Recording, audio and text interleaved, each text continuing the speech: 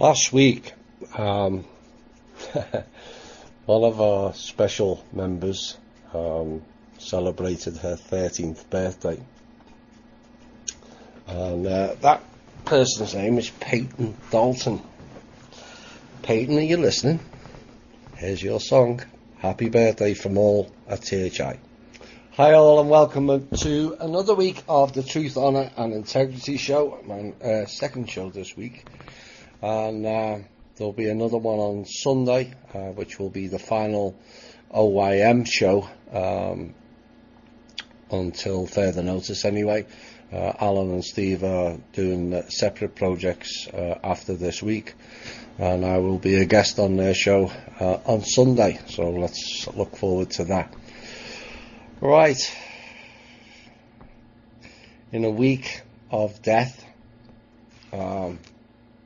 with the news of the suicide of Mr. Richmond, a father of one of the alleged Sandy Hook victims, followed by two more apparent suicides of two teenage survivors of the February Parkland, Florida shooting this week as well. And then, for good measure, the judge involved in reopening the Epstein case suddenly dies as well. All a coincidence, you see. You get a lot of these type of coincidences. Time will tell. But if not, someone is panicking and removing weak links in the evidence trail, are they not? Another sign of them losing. And something else apparently died this week as well. Russian collusion. Oh my. And with it went the Democratic distraction piece. Trump followed up with, we need to deal with the left. No, we don't. We need to deal with all criminals, Mr. Trump. And speaking of criminals, we had the notorious criminal human rights abuser, orchestrator of death and destruction, being welcomed to the White House this week. Yes, the world's most famous house, not country, of Israel. And Mr. Netanyahu turned up for Trump's support, given it's re-election time for him this month. And as forecasted last week would happen, the Israeli Defense Force used excessive force in retaliation to rockets fired by Hamas, who are alleged by Israel as being terrorists against Israel, and yet evidence points to Israel, who fund Hamas. Funny that. This week I went on Tank and Dan show on Tuesday, which I thought was a really good show. It's just a shame Dan had troubles with his audio, but that's another coincidence that tends to happen. But Tank and I covered many topics, and I thought it was a good show. But as always, it doesn't please the all, and the Keenan Amanar team in particular decided I was talking out of my ass, and they decided to threaten me again. Quote, so I caution you again that your false slander and defamation comments can and may get you into major financial trouble and also get you off the air permanently. That was what was sent to me today.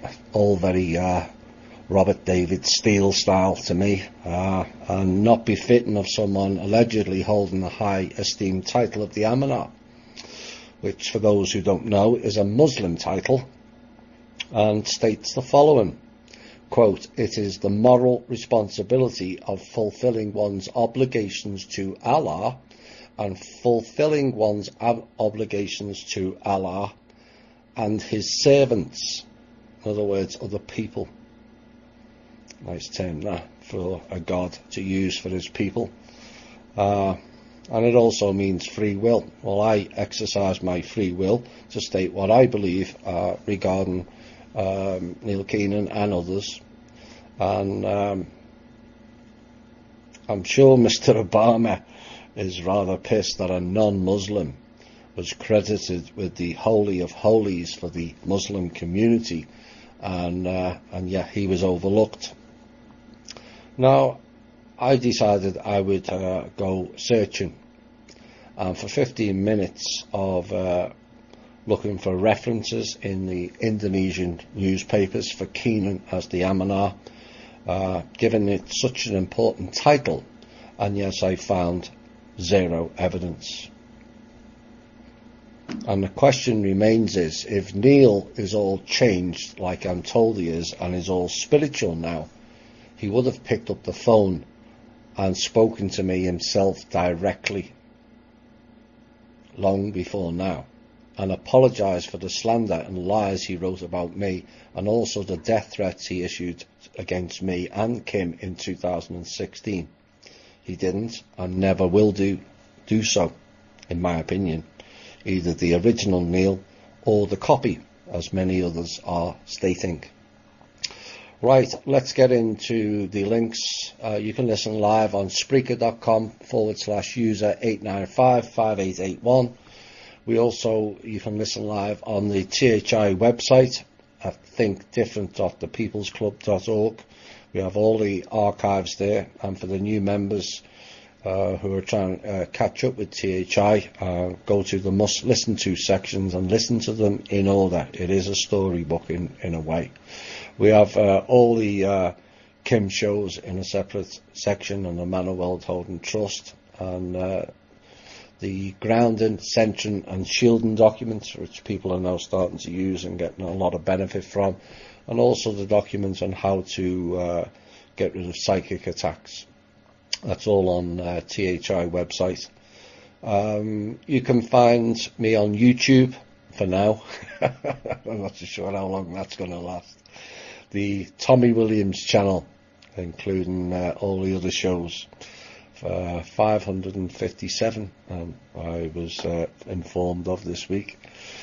We have the Facebook page, Truth, Honour and Integrity, and the Facebook social media alternative, which may be the only page we'll have left shortly, also called the Truth, Honour and Integrity. If you want to send in comments, and there's plenty of sent in comments, a lot of them pleasant, but some of them not, or questions for the show, the email is truth.honour.and.integrity@gmail.com. You can also go to my Patreon and contribute to me in this show. In return, you get the transcript of all the shows going back 2.5 years, of all the intel and the op-ed pieces, and including I think I've put most of them, if not all, of the must listen to shows transcripts as well, and they're all on patreon.com/TommyW/memberships. Right, let's start off with a good news story. I like good news stories. There's far too much unpleasantness. A group in Detroit, Michigan, fairly downtrodden area, called the Agri-Hood, and they've created an area that feeds thousands of families in the area. Children and adults can also learn about sustainable agriculture when they take part in the food forest development. And perhaps one of the ways inspired activists will make this ambition a reality is to install more community gardens which can offer nutrient-dense food to local civilians, either free or less than the cost of the supermarkets, which we can then cut out. Now, if it all sounds too good to be true, then you'll need to look no further than what has developed in Michigan. Inhabitat reports that in the city of Detroit, which is recognised as a location where many families are affected by economic imbalance, America's first urban agri-hood exists and feeds approximately 2,000 households. Now, the Michigan Urban Farming Initiative is responsible for implementing the 3-acre project, and 2 acres of the land is devoted to growing crops such as fruit and vegetables, and the remaining 1 acre allows for a fruit orchard with 200 trees. And additionally, a sensory garden has been constructed for children to experience and learn more about sustainable agriculture. MUFI explains the project as an alternative neighbourhood growth model which centres around urban agriculture, and the co-founder and president of the non-profit, Tyson Gersh, explained in a statement, "Over the last 4 years we've grown from an urban garden that provides fresh produce for our residents to a diverse agricultural campus that has helped sustain the neighbourhood, attracted new residents and also area investment." I know one of our members is interested in doing that when the funding arrives. Maybe that's something that CHI can really get involved in. Yes, it's good that it's providing low cost or free, in some cases, food that doesn't have GMO, thankfully, to hard-up residents. But the key aspect of that for me is the teaching children how to grow their own food again, which is something that most of the listeners to this show can't do, and we really need to be self-sustainable again. So, good stuff. US Secretary of State Mike Pompeo embarrassed himself immensely this week, in my opinion anyway. And he said it is possible that President Donald Trump was sent by God to save Israel from Iran. Oh, really? In an interview this week during a high-profile trip to Israel, he said it was his faith that made him believe that. And he also praised US efforts to make sure that this democracy in the Middle East, that this Jewish state, remains. And the comments came on a Jewish holiday celebrating rescue from genocide. Not quite. And the holiday Purim commemorates the biblical rescue of the Jewish people by Queen Esther from the Persians. I'll have more about Queen Esther later. He asked if President Trump right now has been sort of raised for such a time as this, just like Queen Esther, to help save the Jewish people from an Iranian menace. And Mr. Pompeo said he believes that's possible. Went on to say, "I'm confident that the Lord is at work here." Oh dear. Does he realise what he's just said? Oh, no. Next news item. I'm going to bite my tongue a lot tonight. You'll see why later. A military operations centre based in the Ministry of Defence, this is in the UK, will coordinate deployments of any troops required to help with a no-Brexit deal, which is coming up tomorrow, I believe. 29th, yeah. The UK government has confirmed, so there's no Brexit. They're talking about putting troops on the street. And Defence Secretary Gavin Williamson said that 3,500 troops will be on standby to assist any government departments with no-deal contingencies. Responding to reports, operations will be coordinated from a secure bunker in Whitehall. War footing? Oh my. Said the department is willing to support the wider government planning for any scenario, and we've committed to holding 3,500 troops at readiness to aid contingency plans, whatever that means. And we will consider any requests from other government departments if they feel defence capability could contribute to their no-deal planning. Now, with Theresa May's Brexit deal still not approved by the House of Commons, and it didn't get approved yesterday either, a no-deal exit, which is expected to cause significant disruption at ports, I'm not too sure why that is, remains a real prospect.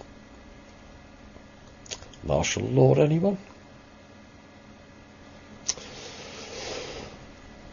Donald Trump on Friday declared he would unwind new sanctions on North Korea, which he did, and that his administration had rolled out just a day before. the administration being Stephen Mnuchin. No surprise. Before announcing in a tweet, it was announced today by the US Treasury that additional large-scale sanctions would be added to those already existing sanctions on North Korea. And he wrote, "I have today ordered the withdrawal of those initial sanctions." And in a follow-up statement explaining the reversal, Press Secretary Sarah Huckabee Sanders said President Trump likes Chairman Kim and he doesn't think these sanctions will be necessary. As of Friday, and still since, the President did not explain the reason for reversing his administration's policies, which was issued by the Treasury Secretary, Stephen Mnuchin. It's fairly simple. Get rid of the man.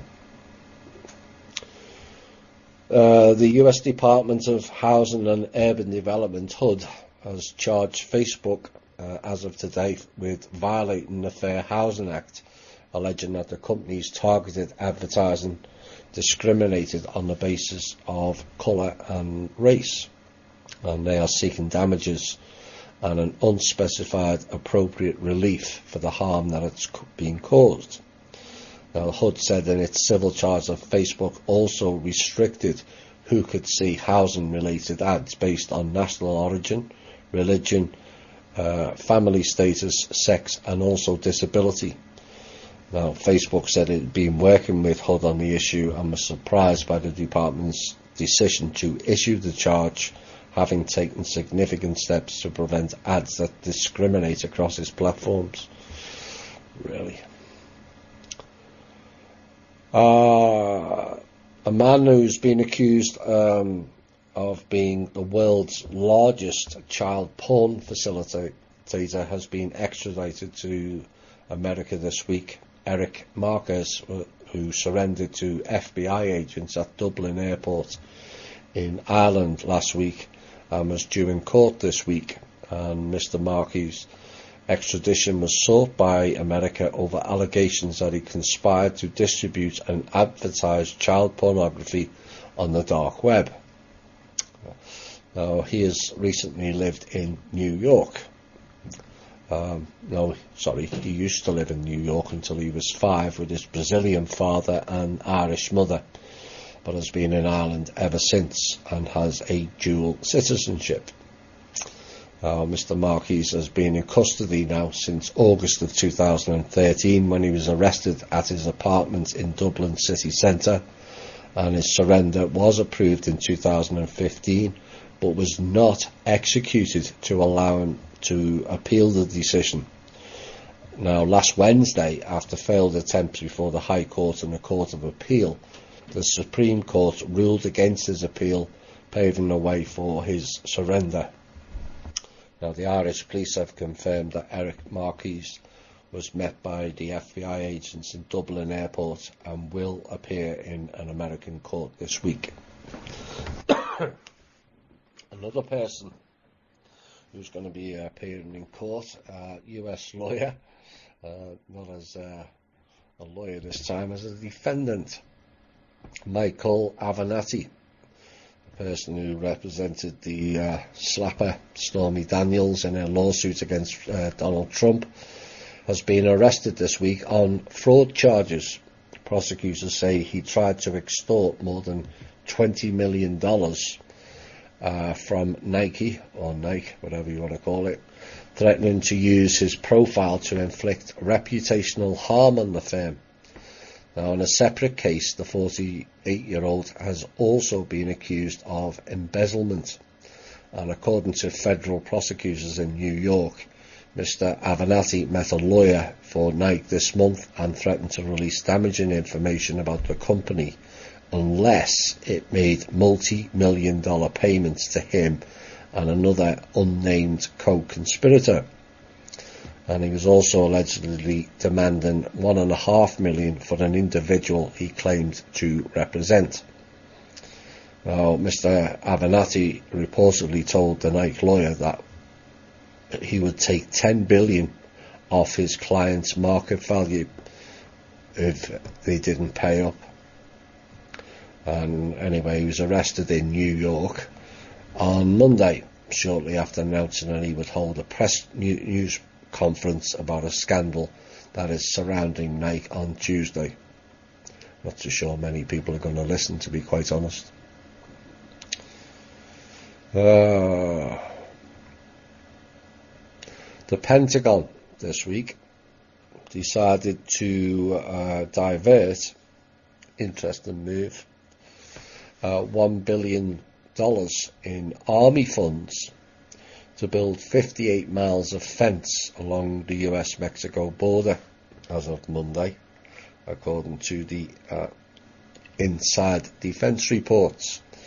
In a letter to Homeland Security Secretary Kirstjen Nielsen and Acting Defense Secretary Patrick Shanahan said the funds, which are drawn primarily from the Army's military personnel count, and will be used to build a fence that will cut off 11 drug smuggling corridors.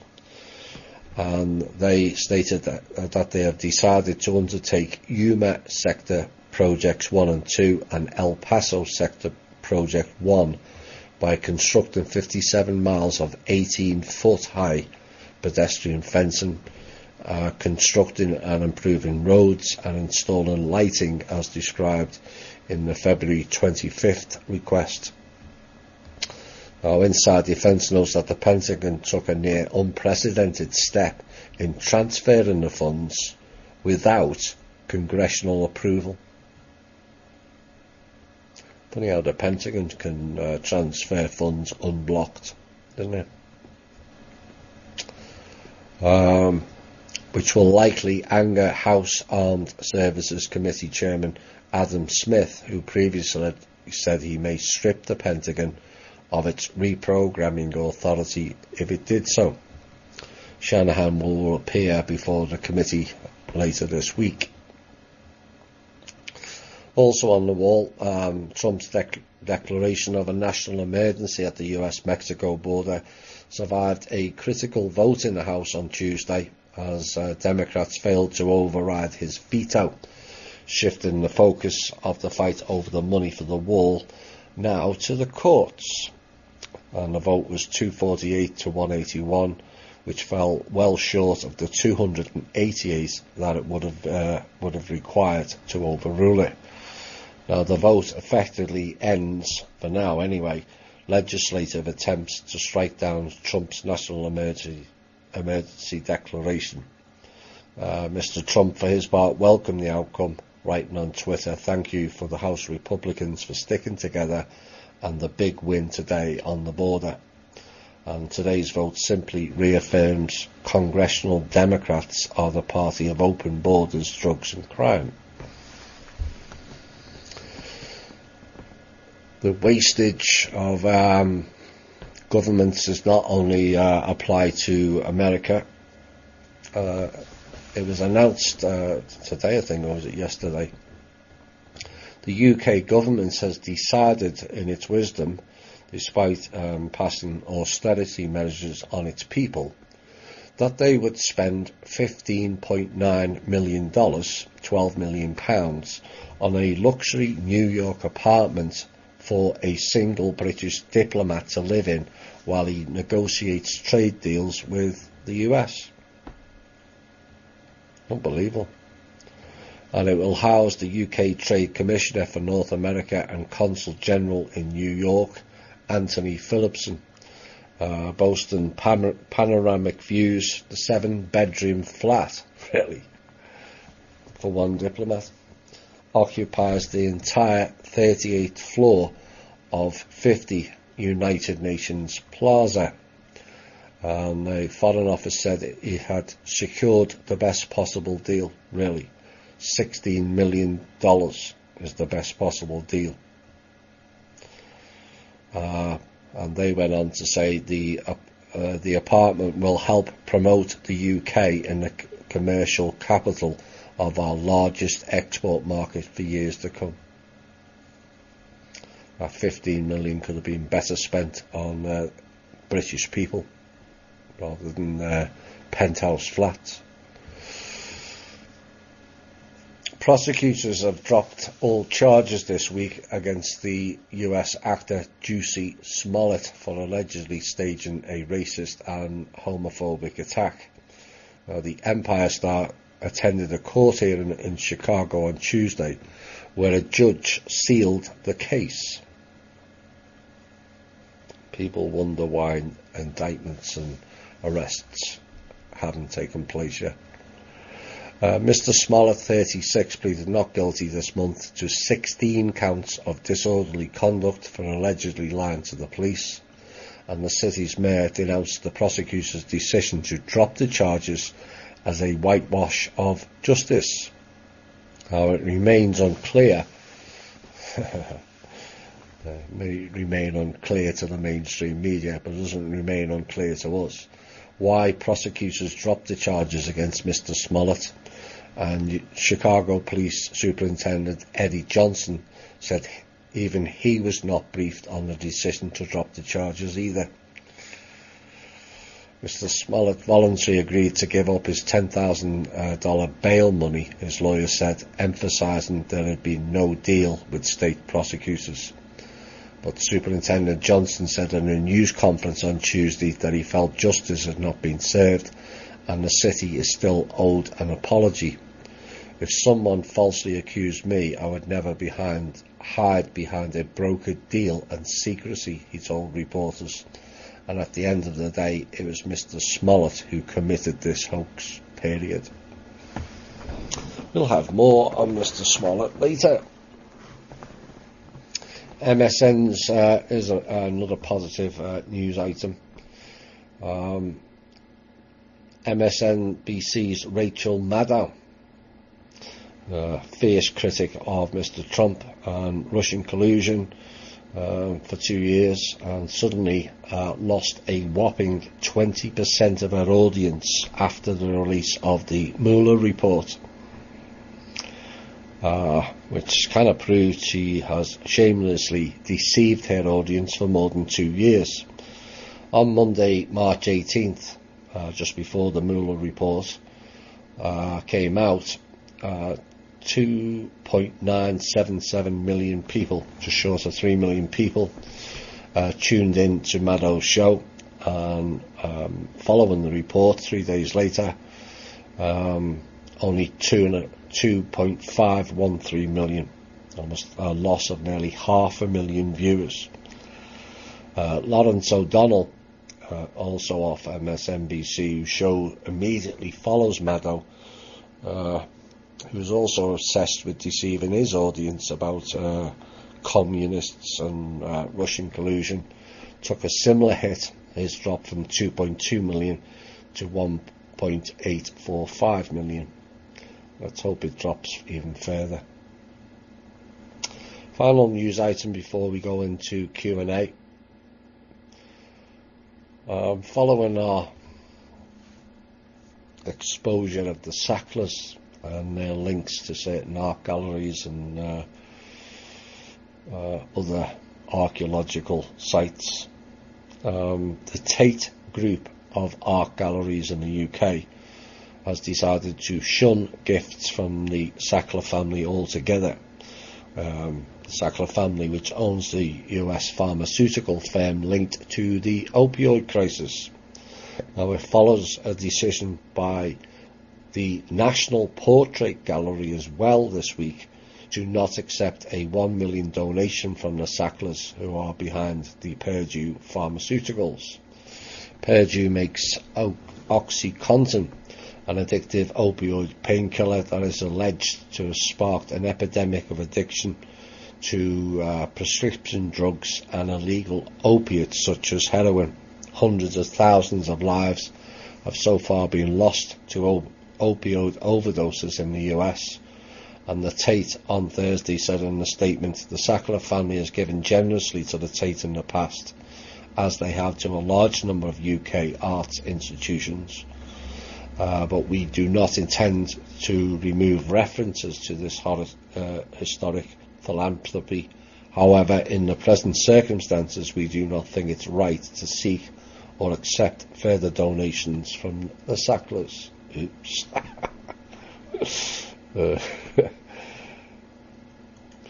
Well, that's what happens when you get exposed. Let's go into Q&A.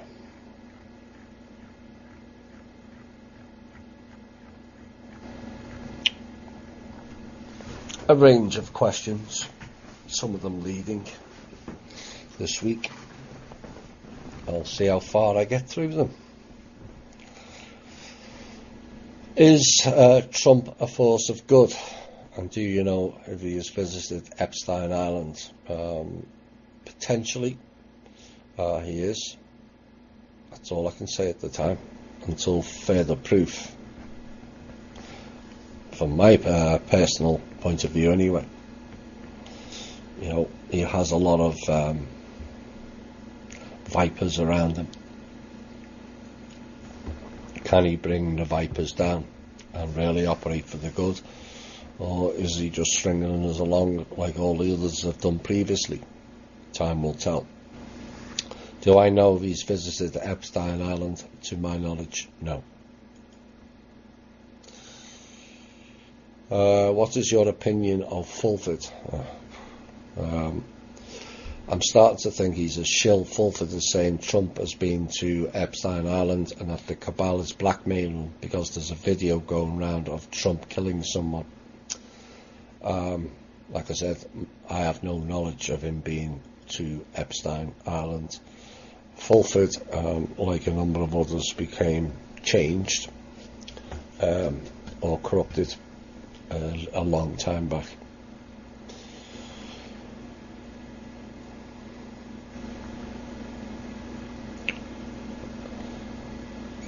Did the cabal start the truth movement as a program from the get-go, and if so, why? No.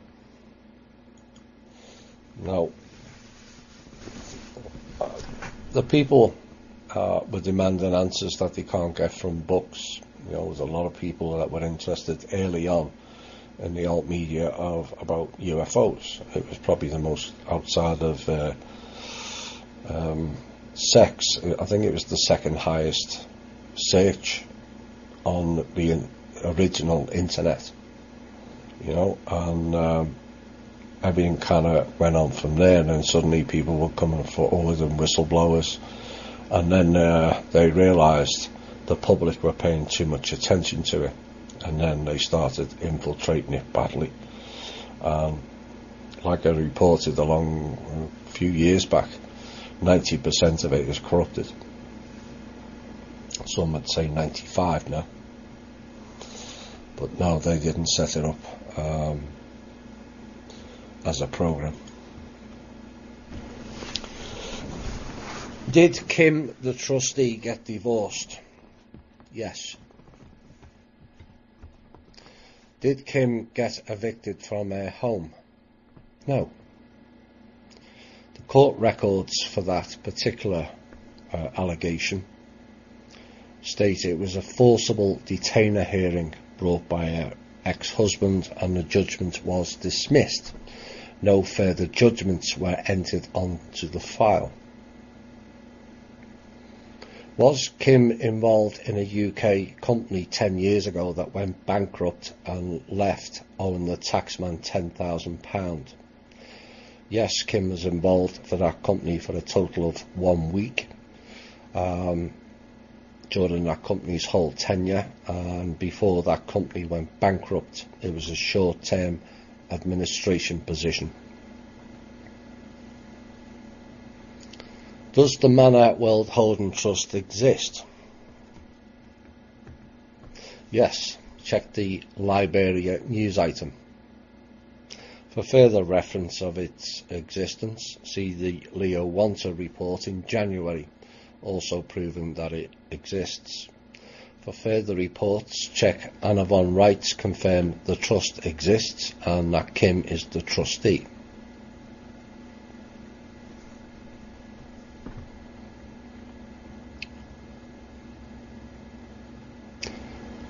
Since the trust is the world's money and each country will be given what is rightfully theirs, how will this resource be reinvested going forward if the world economics is going to change?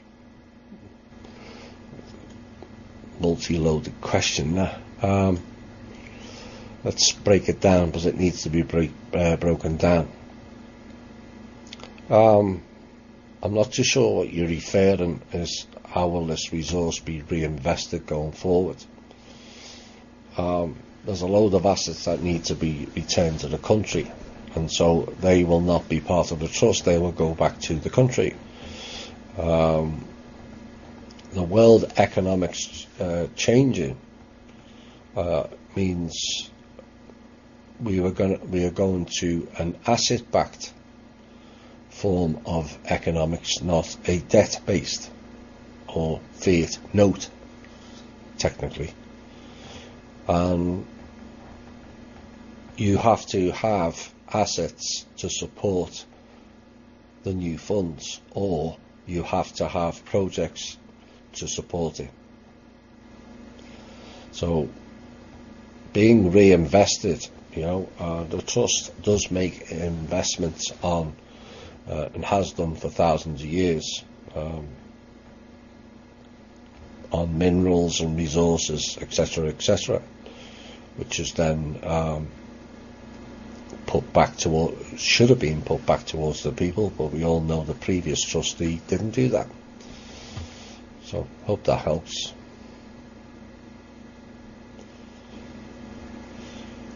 Would you have any idea how I would break a binding spell? Well, it depends on what type.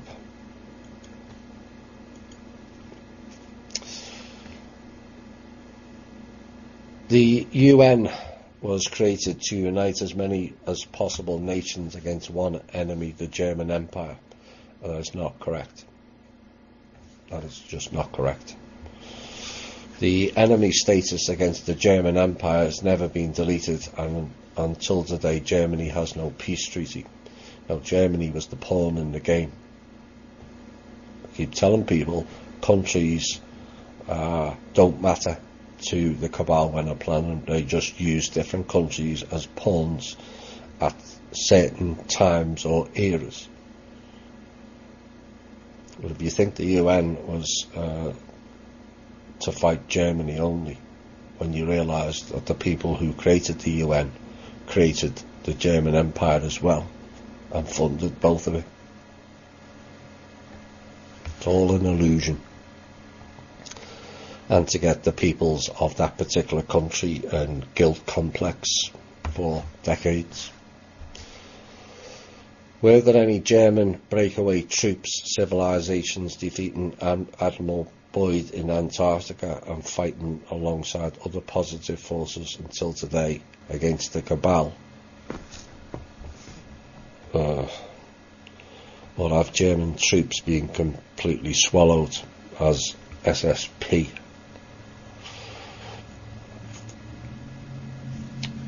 There was more than one German breakaway group. There was more than one SS. The problem was SS and SA. And some were with the fuel girls who thought they were actually helping, which went awry. And some used that technology to create the SSP. And there's no part of SSP that's part of the alliance. There is no alliance at all. The SSP is against humanity, always has done. And no, they're not all Germans.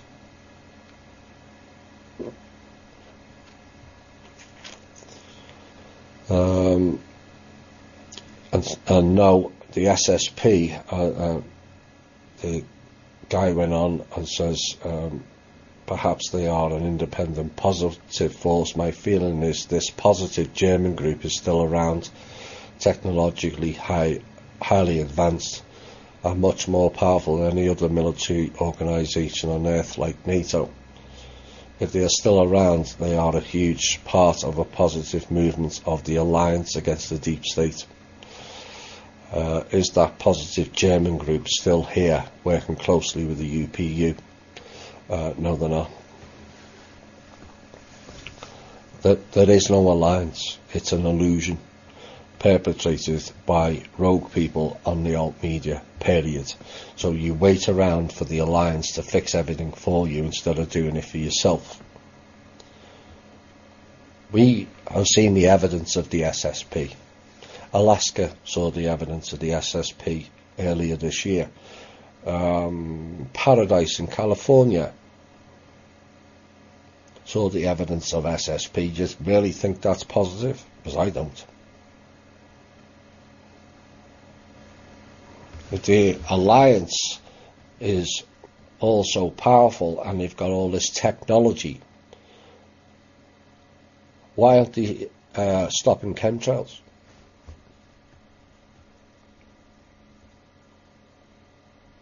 This is what people have to understand.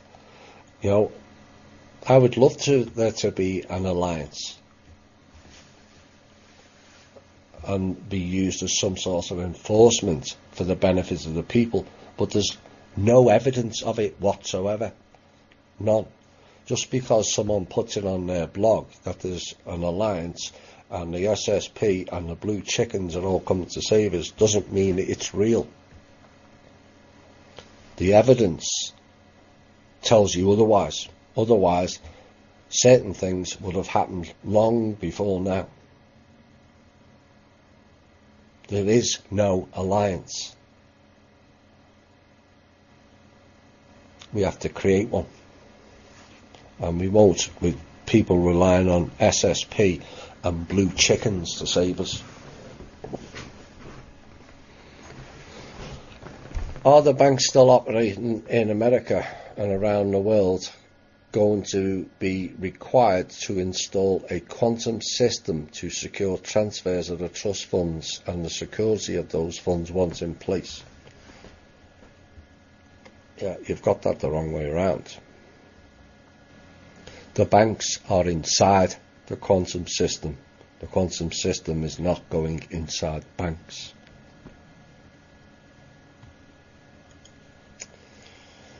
Will we live openly together with reptoids, Draco and other species here on Earth in the close future? No. Well, we do, but we won't in the manner you're asking. Or will those species all have gone, have died, or still hidden underground? Now, there's 39 species as I understand that are underground, and we won't be mixing with them anytime soon.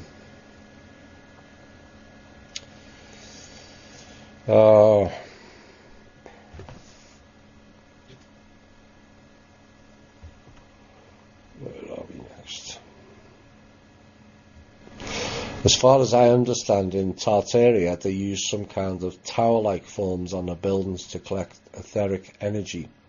Is there anyone that has knowledge about building these or similar forms to collect etheric energy for ourselves? Someone will. Will they be allowed to get it out at this point? No. You know, hopefully one day soon we'd all love to see these advanced, well, it's not advanced, new technology hopefully will be cleaner and better for the planet and also cheaper for ourselves. But, you know, I am aware of a number of new energy, if you want to call it that, free energy, if you want to call it that. There's some contained within the files within the trust because Marduk collected it all. So his puppets collected more pieces of paper for old technology.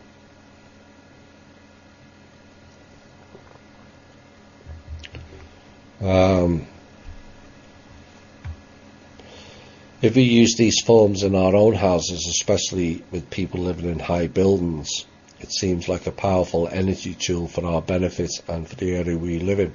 Yes, it would be, from what I gathered anyway. Do they have to be built on special energy lines or areas on Earth? Well, eventually with certain energies kind of fluctuating around the planet. Who's to say that Wi-Fi won't come from the planet rather than being outside of it? Think about that. And yes, it would be a great project if we could get it out for the Trust.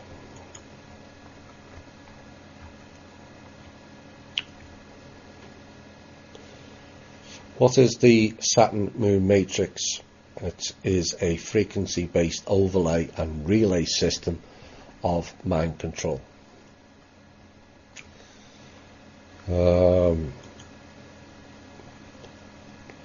Are the Archons AI? No. No. There's a lot of different opinions on what the Archons are. You know, because of the mix-up in the book. Essentially, as I understand it, the jinns.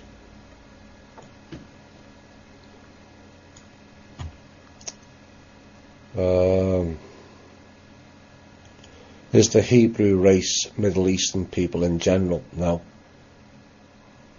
They're not Middle Eastern, as proven by the haplogroup K mitochondrial DNA test. They are from all over, and yes, there are some that were from Middle East, but most of them originated nearer to India, or in India, and then migrated out from there. You know, Ethiopia being one of them,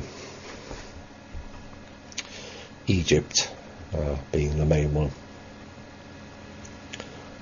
Were they really part of the slavery of Solomon in Egypt? Not in my opinion. Not the Hebrews anyway. The people were slaves, but the Hebrews were the enslavers. Are the UPU, the United Human Planets Fleet, and the Lyra, Pleiades, Andromedan blockade fleet all the same?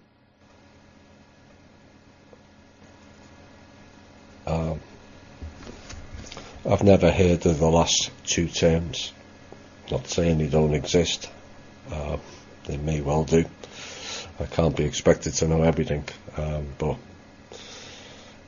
most of it comes under the banner of the UPU or the Galactic Council now. These other names seem to, different names pop up here and there. Half the time it's people putting their own labels on it. But again, if these United Human Planet Fleets and Lyra, Pleiadians, Andromeda blockade fleets, what are they doing? I know what the UPU have done, but what have the other two done? My suggestion is that they don't exist. Is the major opponent of positive forces the Draconian Central Empire and the returns of Sirius? Many, not just the Draco, Mantids, Greys, you name it. Tall Greys, small Greys, middle Greys. None of them have been beneficial here. After countless hours and playing sites, I cannot find the actual document you read to us last week about the Emergency Banking Act of March 9, 1933. You won't. I thought I made it quite clear last week. That was the history of the IRS. That was done by the team that was presented to Trump for let's just say reorganising the IRS. And yes, it mentioned the Emergency Banking Act of 1933 in it, because it was partly related to the IRS.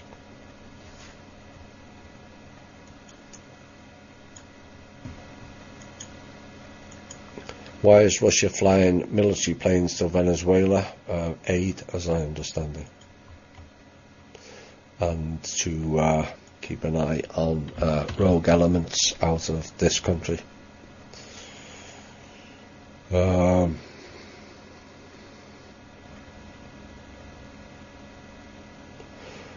Will we be able to hear or read the appeal made to the council? No.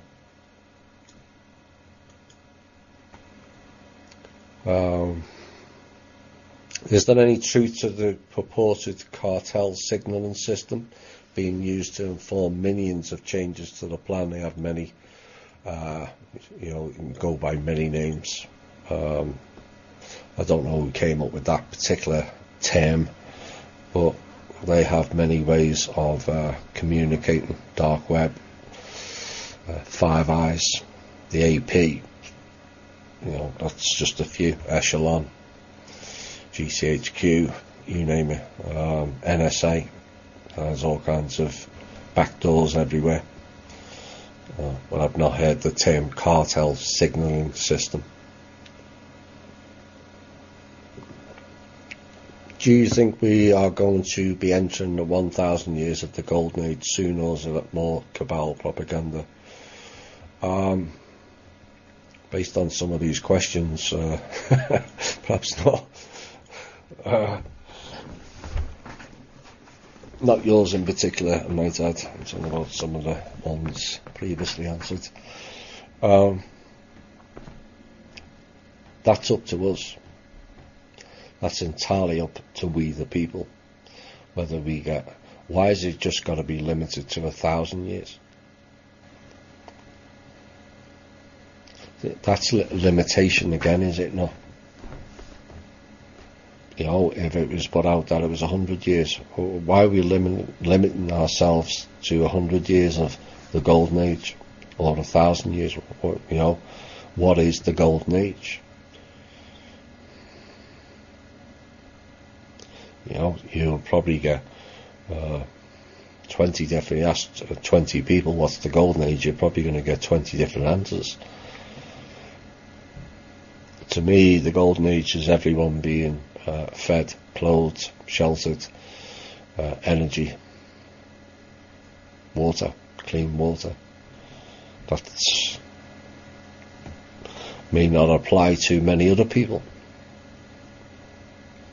but that would appear to be a golden age to 60% on this planet that doesn't have those 5 basic needs of life. It's all about perspective again, is it not?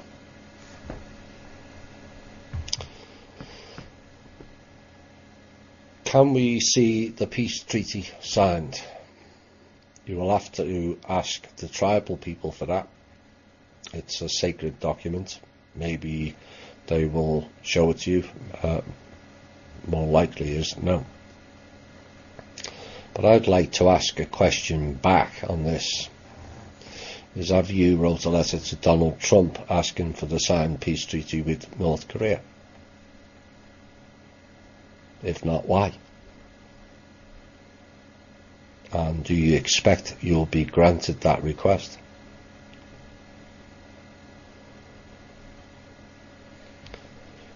Can we see proof that Marduk is dead? A picture.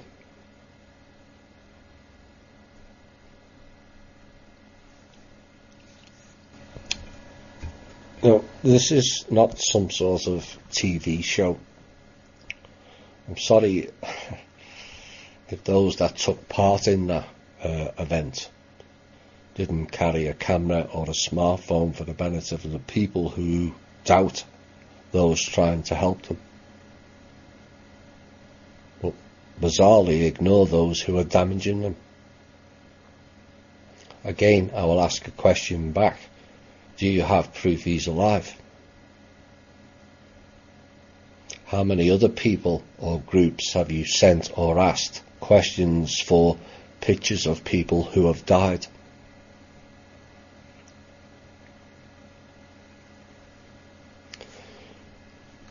We go from the white bearded man sitting on a throne to the white horned Draco sitting on the throne, and now we have Mother Matriarch Kim on the throne. Is it any wonder people ask lots of questions? Well, that is your assumption.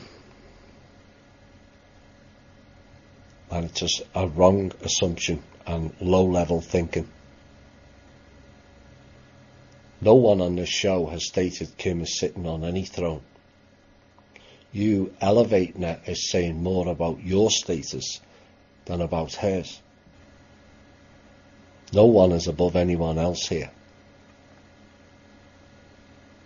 Some may play more prominent roles, but that doesn't warrant false statements like Mother Matriarch Kim on the throne. Kim is the Master Sovereign. She stated that on the show, and everything under her is sub-sovereign.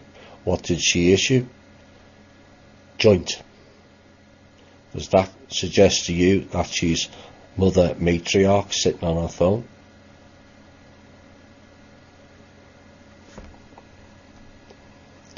Can we go to the liberation of Earth and humanity ceremony when it occurs? No. Of the original tribes, were any non-human? No. Can we know who the original tribes are without compromising their safety yet? Kim may have that list, I don't. Of the 150 confirmed killed the day M was taken out by the UPU and the team, were all non-human. As stated in the show, it was 168 that were taken out, not 150, and they were all of Marduk racial type, species type.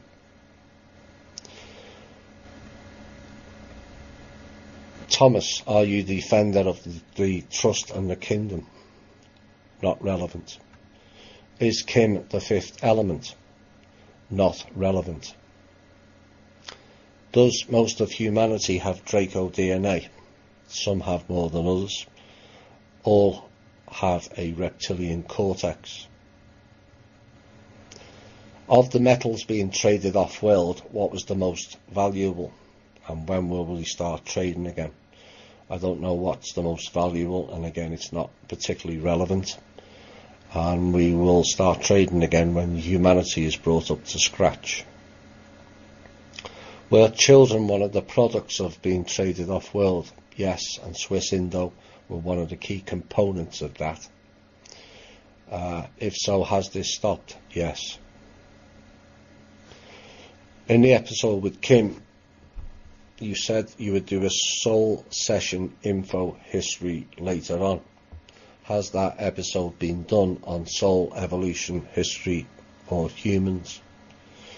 Now, it depends on what you mean by soul session info, but yes, I've done several soul evolution history and human info shows since. Several.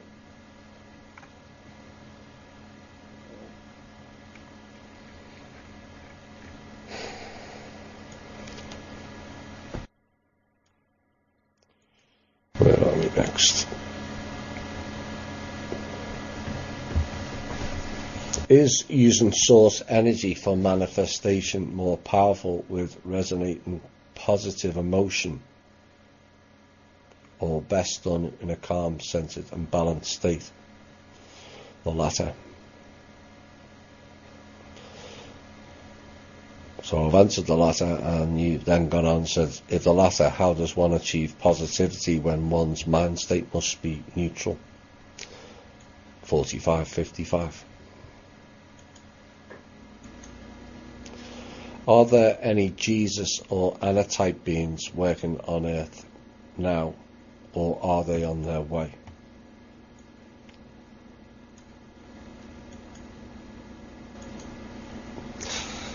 I can answer that several ways.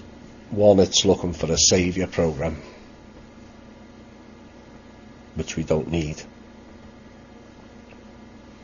And two, it can be seen that all males are Jesus and all females are Annas, providing they do the work.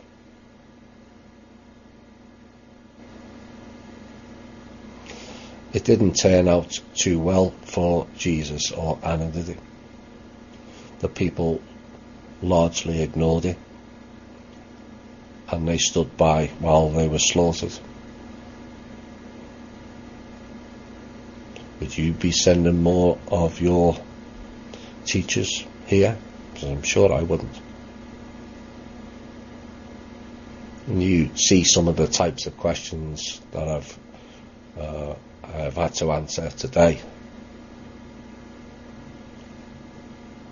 The very few who try to help are questioned, pilloried, abused, threatened by the very people you're trying to save.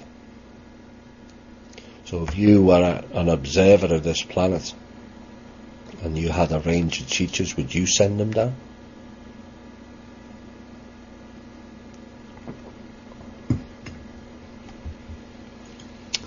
We'll have a music break now, and then we'll get into a bit of intel. Hi all, and welcome back. Just after one song, because we're going to play another one shortly. You'll find out why. Right. Yeah, let's go with that one. The intel. All the way up here. I'll get to it now. Yeah. As work has been ongoing for the last few weeks, we don't sit idle, unlike some people think. I decided it was best to not reveal certain things that were ongoing, for the safety of the work that we're doing and the people that are involved, or being tested, or, you know, we were in negotiations to preserve the work that is being undertaken. Of course, recently there was a date deadline, which I mentioned in the show back in February, of March 15th, and the new system of the clowns was about to come online, except they put it online in a sleight of hand move on March the 9th, and that all came crashing down around their ears again. So the Rothschilds again promised funds by the 15th, regardless, they said. And Trump had set a deadline for that date, and should they not fulfill it, we were supposed to move on. But Mnuchin was given another date of March the 20th. And so the Manor World Holding Trust work was held off again by the government. Now March the 20th also came and went. And yet again, that went on to Monday and Wednesday and tomorrow again. And again, the Rothschilds have produced no funds, and they never will, for two reasons. One, they don't have any, and two, they, along with Mnuchin and others, are working for the old system. And what they are trying to do is string it out in a program to crash and burn America altogether. We've been warning of this for a long time. Trump's been told and warned what they're doing. And I was asked recently why the stock market was going up, not down. Because it's been deliberately inflated to stop the clowns crashing it, and subsequently the world economies with it, is why. Now, stocks going on a massive slide downwards was one of their plans, is one of their plans. Clowns then buy up all the stocks with fake super notes, which would only be realised after the event, and the clowns then reinflate the market, and not only do they have increased funds to leverage against, but a bigger slice of the market pie, which is exactly what the Rothschilds did to the UK back in the 1800s and took over their whole financial system. History repeats, you see. Now, last week, several large transfers were sent out, and it did land at the teller's screen, which is an advancement on several previous attempts we've done So it negated all the clearance levels, the kickback levels, frequency beams blocking the codes that transfers the funds, mirrored servers, rerouting fund attempts, removing accounts into secret sections of the bank, to name but a few of the issues we have faced dealing with the quantum system and the banking system that we've had to overcome. So the funds did land, and that brought in the Secret Service, who apparently were created to protect the dollar in some format and receive a fee for doing so on each time new money was brought into circulation, 2% or thereabouts, as I understand. And also the bank received a fee also. Now, this was paid to them previously by the Federal Reserve, and suffice to say they've received no fees and subsequently no budget for the past 10 years. Secret Service, no budget. Now, all of them got paid, obviously, but they've actually received no budget, as was proposed when they first started the Secret Service back in 1865. And this is another example of a group that is now operating outside of the government. I keep telling you, most of it we're blaming the government for are operating outside of it, like the Pentagon transferring funds without congressional approval. And like so many others who have ran this country badly. Now, progress continues. And we will strive for the day when the quantum system and the trust works as planned, with or without them. I will not give dates, as that leads to disappointment and also puts pressure on Kim and the team, which we don't need. But too few really understand the depth of this work we have undertaken. A system that has been in place a long, long time, with so many tentacles in it, it's just not funny. 300,000 connections into banks. Every bank. 300,000. That's just one part of it. But slowly but surely we are streamlining that mass, and a clearer path is now in front of us. That doesn't mean to say that funds are imminent or soon or 2 weeks. I've said all along, it'll happen when it happens. This next song I'm going to play, read the lyrics. You'll see why.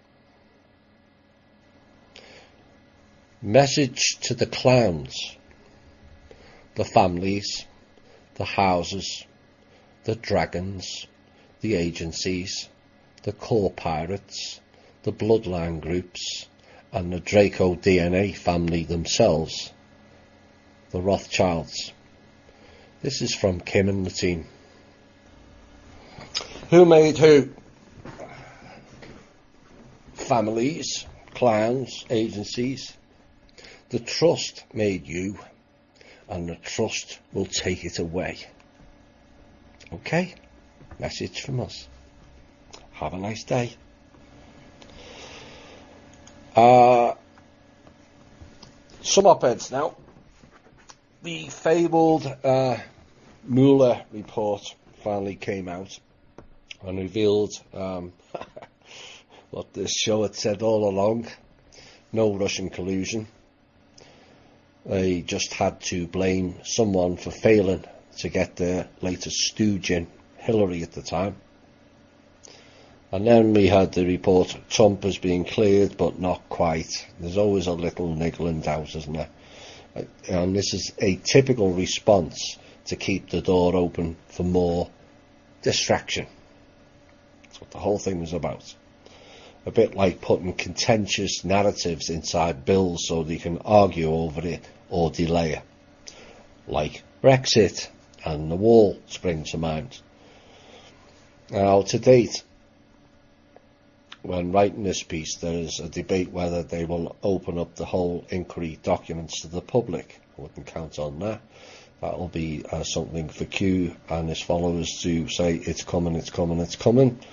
And it's another sideways move and another opportunity to cite the usual bullshit excuse of national security. It's funny they can mention national security for that, and yet nothing happens to people like Obama, Hillary, Mnuchin, Cheney, Eric Prince, Pelosi, the Fed or the IRS, amongst others, who by their very existence are a threat to national security. Yeah, let's ignore all that and focus on the distraction pieces. Like I said, I did warn nothing could come of it or out of it that would have any value to our members or listeners, as we are ahead of the game with regards to knowing stuff that many others don't, and that has and will be borne out.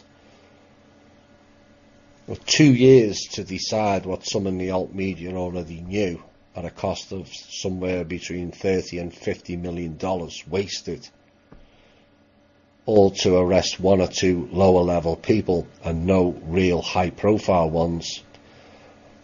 And the special counsel office employed 19 lawyers, 40 FBI agents, intelligence analysts, forensic accountants and other staff. About 500 witnesses were interviewed and 13 foreign governments were asked to turn over evidence, 2,800 subpoenas, executed nearly 500 search warrants and obtained more than 230 orders for communications records. For what? Nothing. And for Trump to turn round and say we have to look at the left. No, we have to look at all criminals in all departments of the government. Enough of this left and right shite. That's another illusion. And in particular those who operate outside of the government, like all the 3-letter, 4-letter and 5-letter NGOs, and also its contractors database. There's where the issues really lie. So 2 years has passed now and the Democrats no longer have something to distract the public with. What have they done in 2 years other than hate and criticise Trump? Nothing. All the focus went on that, and their guarantees of Trump has done this, that and the other have now all floundered. So now it's back to the policies again, which I mentioned last week. Or will it? Republicans, what have you really done in 2 years? Have the decent paying jobs returned? Are less Americans in poverty off food stamps? Have a large number of veterans' lives improved? Have the bankruptcies declined? Have our roads, bridges and highways been improved? Have chemtrails stopped? Are children in less danger from pedos, trafficking, vaccines, poor teaching and curriculums? Has the criminal stealing of homes been stopped? Has our food and water been improved? Are we looking after the elderly better? Has justice been improved? Has healthcare and its subsidiaries been improved? Have you worked hard to fix or replace the damaged towns and cities damaged by various weather events? The answer is no on all of them. Some small improvements here and there, but in comparison to the spending that's took place in 2017 and 2018, a total of $8 trillion has been spent. And we the people are asking what you've done with it. $8 trillion spent of our money. And it was no difference in the previous government, or the one before that, or the one before that, or the 50 before that either.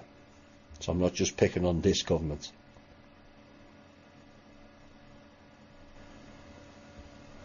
$8 trillion of our money, and we see zero real or tangible improvements in our lives. And this is what the American people really need to focus on. Not who is more criminal than the other. The reality is, all in government circles have been involved in some sort of skullduggery. None are clean. But the real crime is what they are perpetuating is a daily event.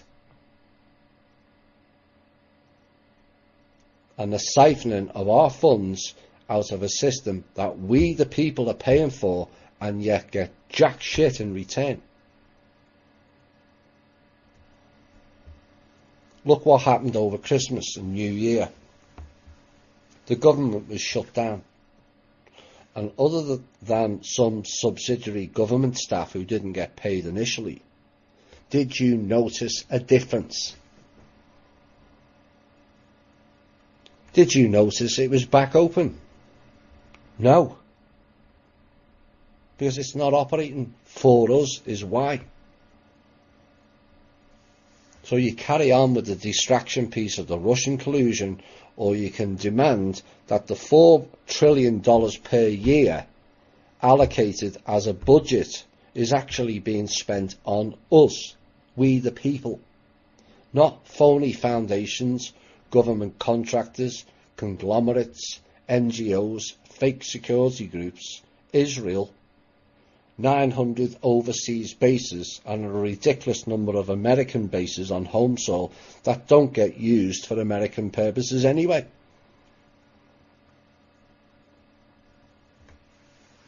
$535 politicians all fiddling whilst America burns. Nero fiddled with a violin. These people fiddle with our minds, humanity, each other's private parts, our economy, and worst of all, fiddle with our children, either physically, mentally or sexually. And yet we the people don't hold them accountable. And you'll get clowns making Kim accountable. Really. That in and of itself is why the shit show continues. The wrong focus.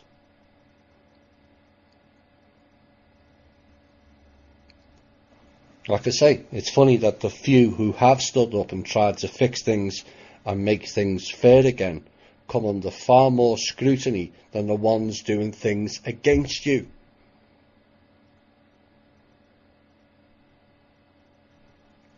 Like the idiots questioning Kim's divorce. What actual difference does it make to your lives if Kim has been divorced, evicted or not?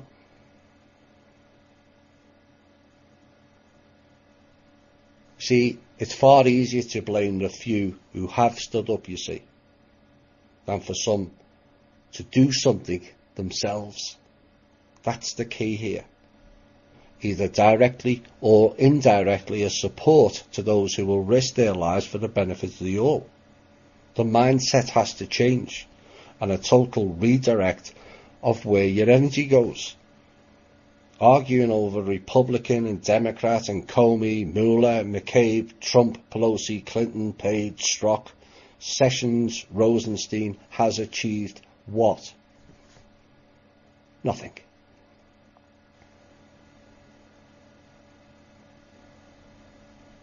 Just as I warned it would 2 years back.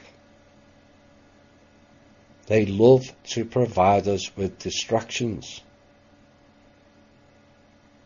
And both sleepers and awake people gobble it all up like a free buffet. But after the buffet is gone, the big question is again,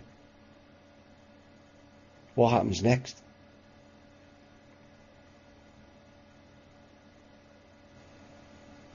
What happens next?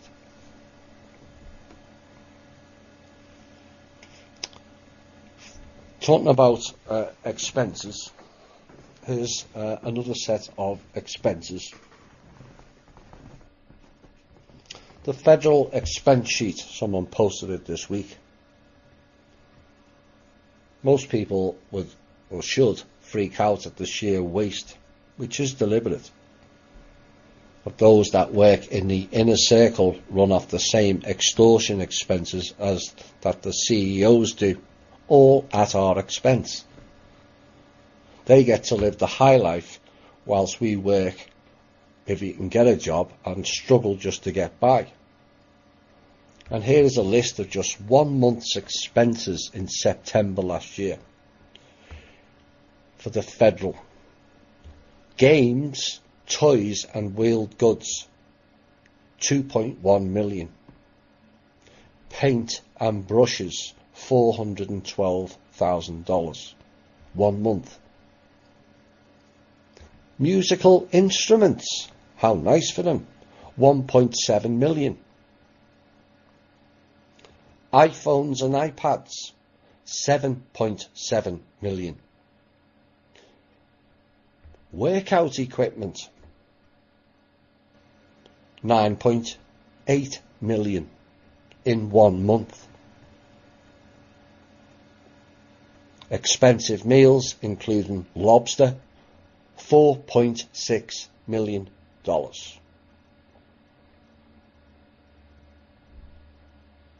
All at our expense. This is what they do on a daily, weekly, monthly and yearly basis while we focus on Russian collusion and Comey and others. They're just laughing.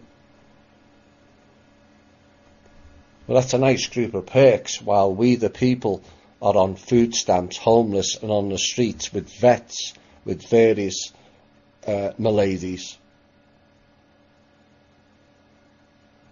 1.7 million on musical instruments. But they have an orchestra.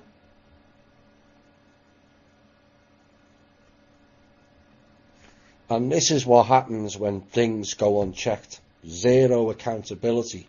These clowns are paid off with the high life to keep quiet and not do their jobs. That's how government works. And this thinking is what this group is trying to change. The funding will be great, make no mistake.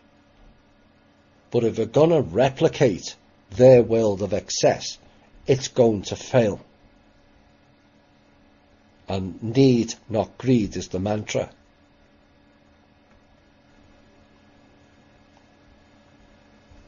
In the 2018 budget, let's have some more accountability, shall we? 85% of the categories of spending were cut, including $10.9 billion from the State Department, which included the UN, peacekeeping and fake climate change cuts, which sounds good to me. So did it get transferred to the people-based funding? Not exactly. Now, one thing that did get added was the Department of Veterans. They got an extra $4.5 billion, which, in my opinion, should have come out of the DoD funds, not the public funds. Let's look at some of the other funds that took place. 15.1 million cut from the Department of Health and Human Services, including the phasing out of US public health services altogether. So they don't care too much about our health. The Department of Education cut $9.2 billion. Don't particularly care about our education either. Department of Agriculture was cut $4.7 billion, includes the elimination of food for education and water and wastewater loan programmes. The Department of Energy cut 1.7 billion, including research into renewable energy. Go figure. The HUD, low-income families to have homes, that was cut by 6.2 billion. The Department of Interior was cut by 1.6 billion, eliminating 4,000 jobs. The Department of Labour was cut 2.6 billion, eliminating funding for senior work programmes, so stuff the elderly, grants for non-profits and public agencies used for health training, and it also closed some job centres. The Department of Transport cut 2.4 billion with cuts to air and rail travel programmes, including privatising off air traffic control.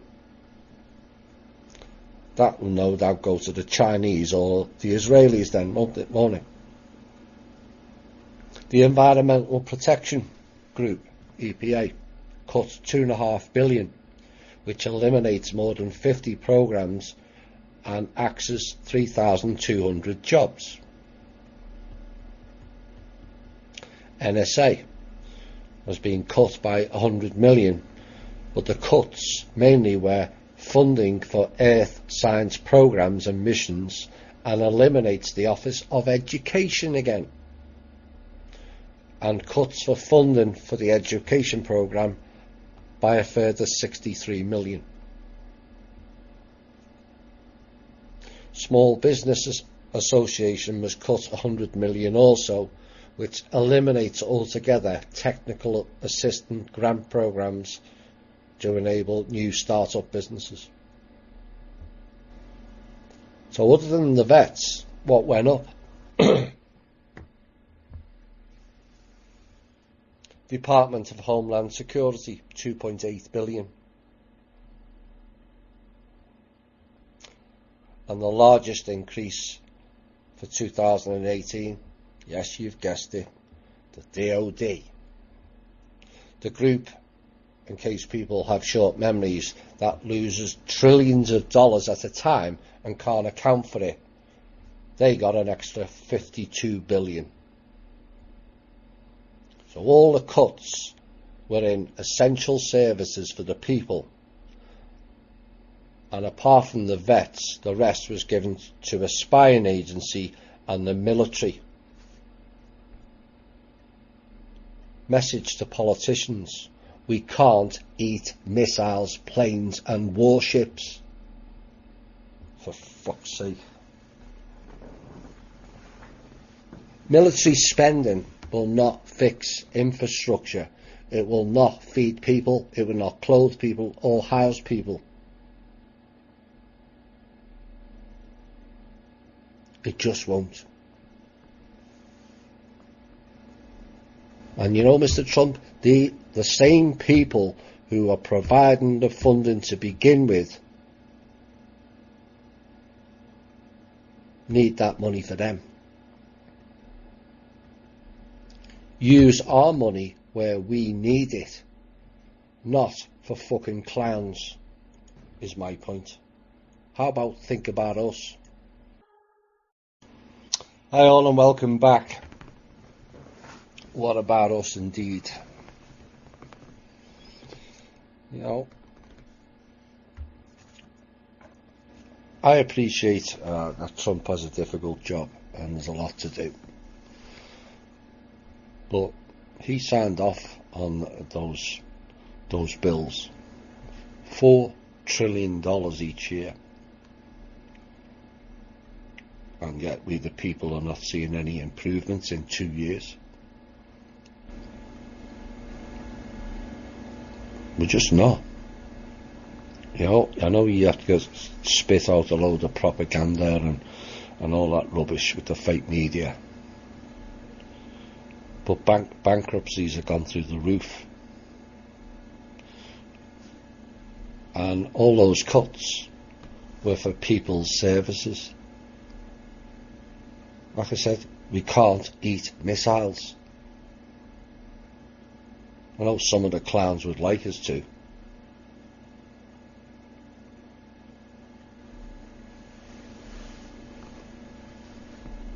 $750 billion for a military that doesn't even serve our own country.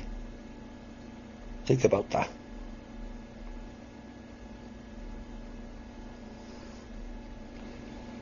It's not about clowns. It was just an article that came out of the Dinar Chronicles, the Tomorrow Group, and also on one of the other major GCR and regurgitated vomit sites, that people who are seeking to exchange dinars and zims will be required to give 2 drops of blood and get a bio ID based on their DNA to do so. Good luck with that on both counts. Metadata, anyone? Bitcoin, crypto, an invention of NSA. Metadata, collecting data on people. Not get rich schemes like the clowns are promoting. Where are we next? I thought I'd highlight this. I do this at times about this is Europe. Again, it's another example that we've mentioned in previous shows about how they switch things around. New names crop up that you'd never even heard of. I wonder even if people in the region, I know we have a lot of listeners in Holland, but have you heard the name Benelux,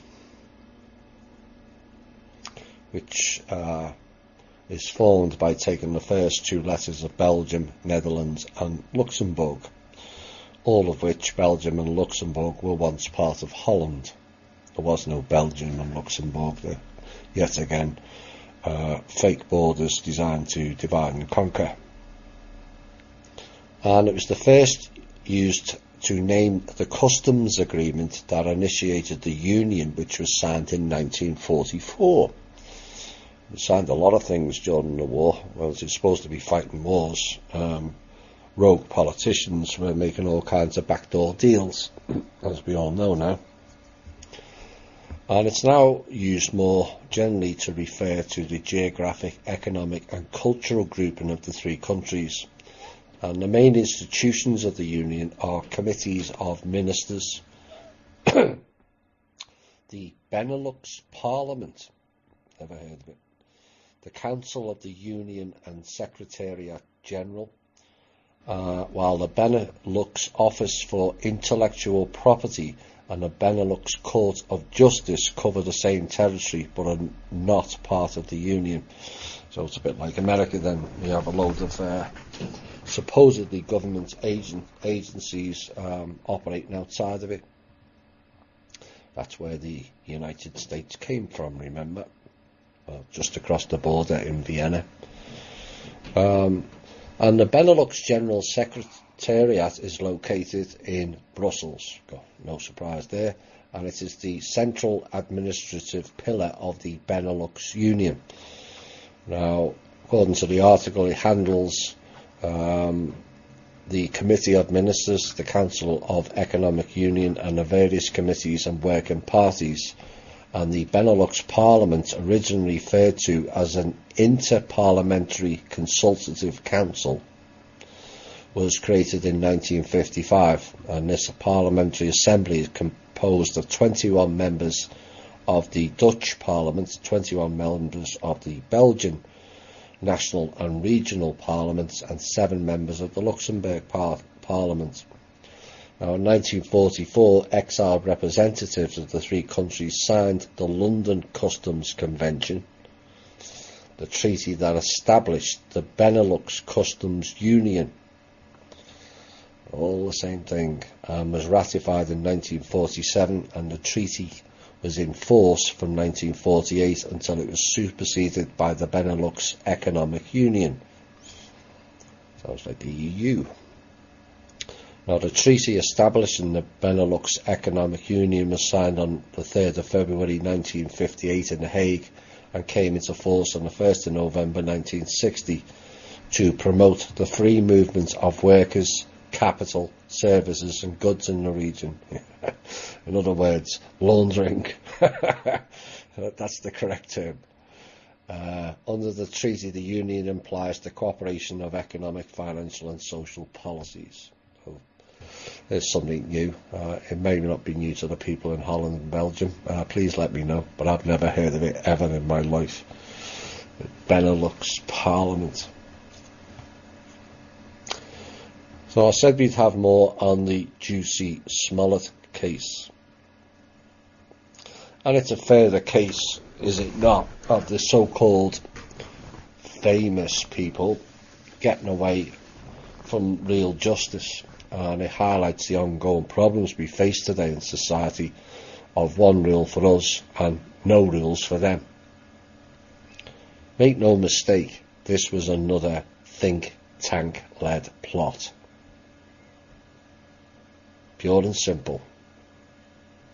Involving real actors this time, as the think tank plots and previous failures of using more general public actors clearly failed under an avalanche of exposure by the alt media. The people have cottoned onto it now, seeing through the illusion, so this time they used a real paid actor to play their divide and conquer games, and to our credit, that has failed as well. Now, many in the black community may well be celebrating, citing the usual anti-black roles that the police play. And yes, they do play that role. And it's all a triumph over the police and the system that he got off. But they would be wrong in doing so in this instance. Mr. Smollett's role, had Mr. Smollett's role come to fruition, we would have ended up with riots, maimings and killings of innocent people on our streets. Many of which would have been people of your own colour. And I'm calling on the black community to support me in condemning and boycotting Mr. Smollett as a message that both races will not tolerate deliberately trying to divide our communities with their hideous think tank plots. Boycott him.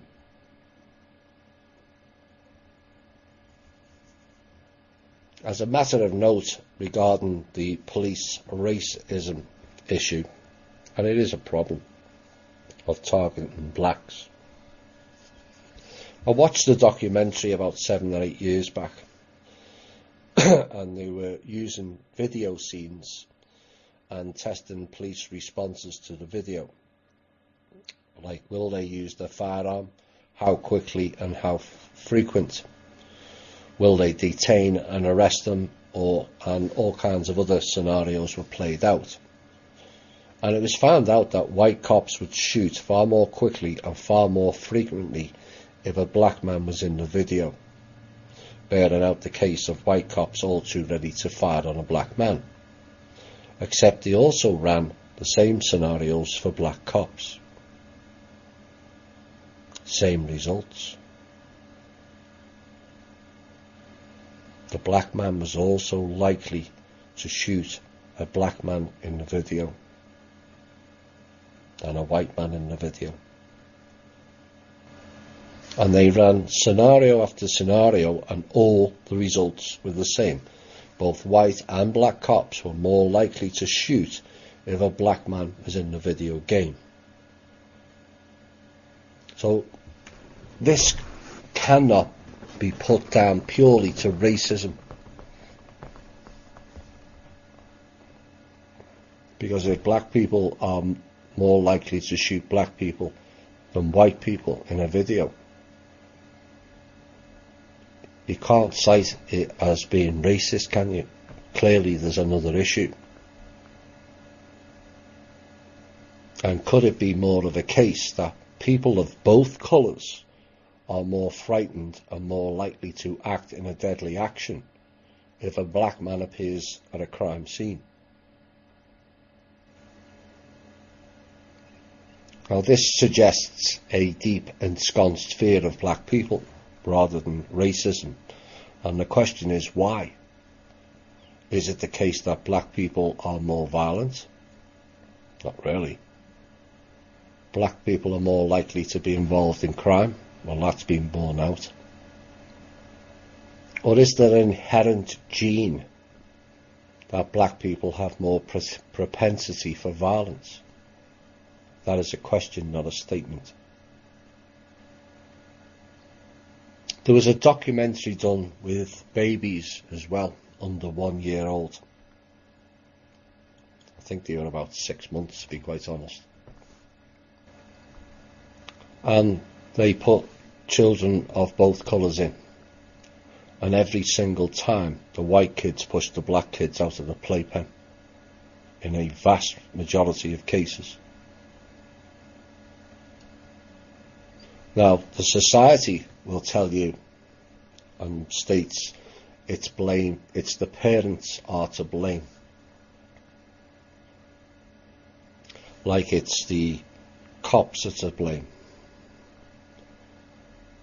But there's an underlying problem here that doesn't fit into the racism mould. How can a 6-month to 1 year old child be racist? How can a black cop more readily wanting to shoot a black person than a white person be deemed racist?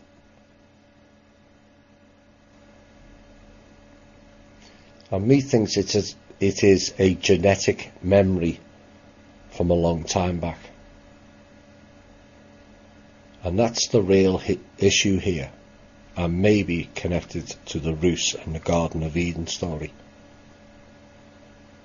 It may also go back further again, as refugees from various planets were brought here for safety, or an experiment, depending on which narrative you choose to follow. But we were not all from the same planet. And frankly, the ridiculous idea that we all came out of Africa, or from Adam and Eve, or Adam and Lilith, is beyond stupid at this point.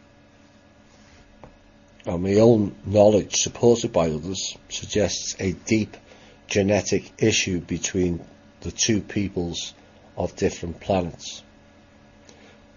And the question is, are we going to perpetuate it, or are we going to work together to fix it? And it would help far more if we were allowed to tell the real truth of our past, not the bullshit versions we've all been fed. But like Mr. Obama, Mr. Smollett has sold his own people out badly, and should be told he is no longer welcome in any of our communities until he owns up who put him up to that, why he did it, and tells the public what's really going on.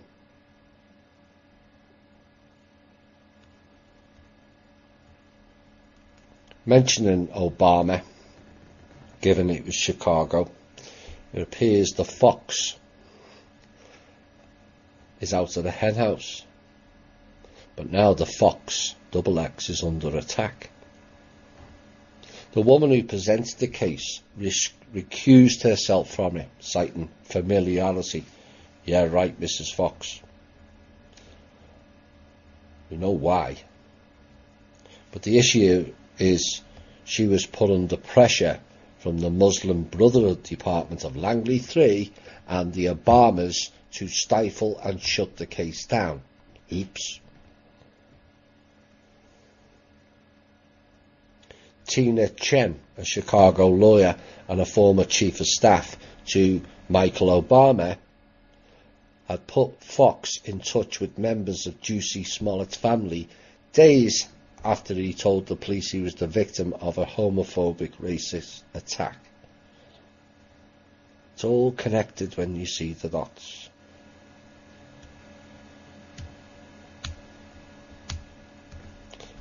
And I'm hoping the black community support me in this. What he did was denigrate all your people of colour. He belittled the people who were really lynched by the psychopaths 30, 40 years ago. He shit on their graves, let's put it blunt. And all the black people who suffered badly, and he's playing games mocking it. Shun him out of the community.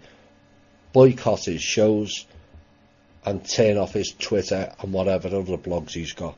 Make him known you're not welcome in society anymore, in your own communities. It wouldn't have been him that would have got shot or injured by police when the riot started. No, they get hidden away.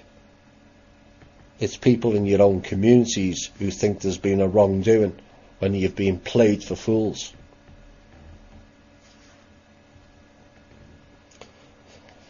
The story of Queen Esther.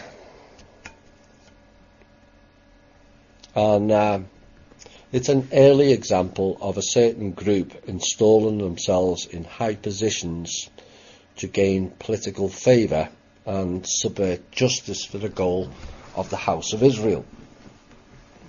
And there was a lot going on between Persia, or Iran as it's known now, and Israel, or Hebrew people, or put it blunt, Egyptian peoples.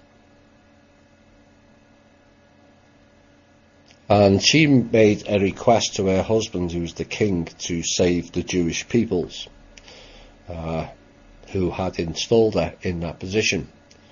And the request was granted reasonable enough by King Ahasuerus, and authorised Haman to prepare for a day in the near future when the Jewish problem could be solved.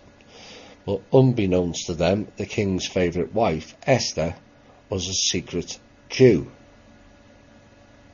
And after she was smuggled into the palace to give her charms to the king, and so the Jewish harlot became queen.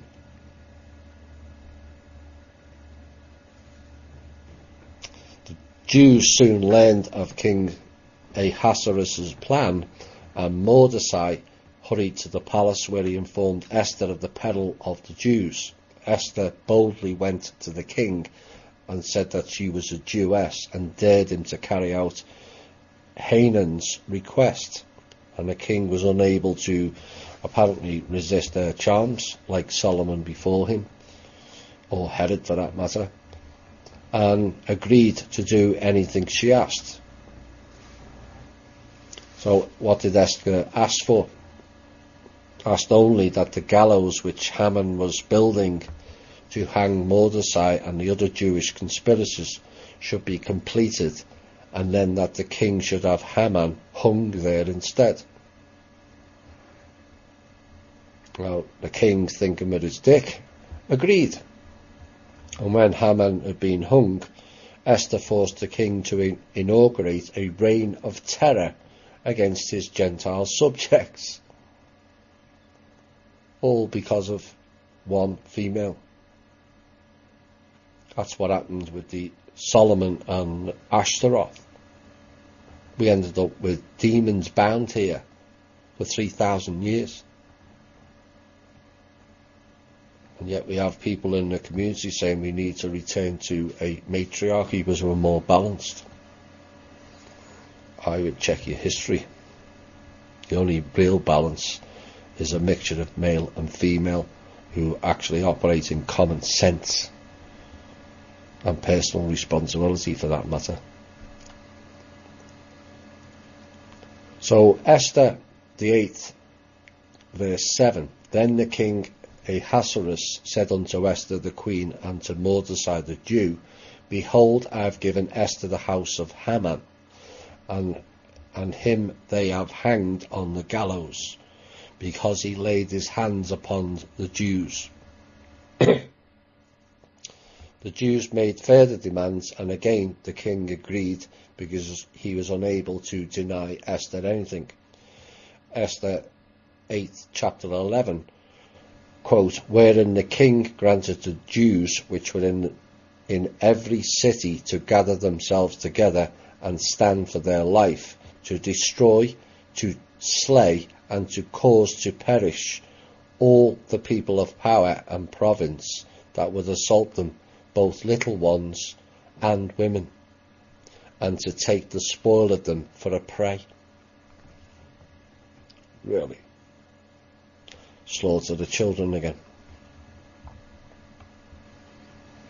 Kana reveals the innate bloodthirstiness of the Hebrew people through the ages, does it not? And in their demand to be allowed to massacre women and children who had done them actually no harm, Haman's actions against them had been planned as a governmental program, but the Jewish counter-attack became a wild slaughter of the innocents, same like Herod, like Solomon before. And the matter begins as described in Esther verse 17, quote, and in every province and in every city, wherever so the king's commandments and his decree came, the Jews had joy and gladness, a feast and a good day.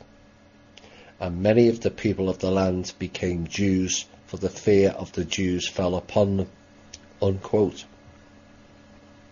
Again, it's like what they were talking about in the temples in From Russia with Love 3. They were all getting drunk whilst children was being sacrificed. At Esther's request, King Ahasuerus now hung all of Haman's 10 sons as well. Their only crime having been that Haman had been their father, and his house and goods were given to Esther's relatives. The massacres of the Gentiles were carried out throughout the Persian Empire, and the bloodletting of the native leaders so weakened the nation that soon afterwards the empire was easily conquered by Alexander the Great, along with the Egyptian queen, who was actually Greek, Cleopatra. And because Haman had cast a lot, or pure, to attack the Jews, the victorious Jews took the name of Purim, or the Day of the Lot, to celebrate their victory over the Gentiles. And the last verse of Esther describes their happy Jewish community, Esther X3. For Mordecai the Jew was next to King Ahasuerus, and great among the Jews, and accepted of the multiple of his brethren, seeking the wealth of his people, and speaking peace to all his seed. Unbelievable.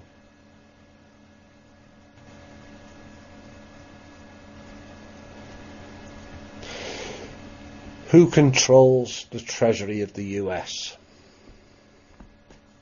This was from 2011, and I've looked for a more recent update, but I know for a fact not much has changed since.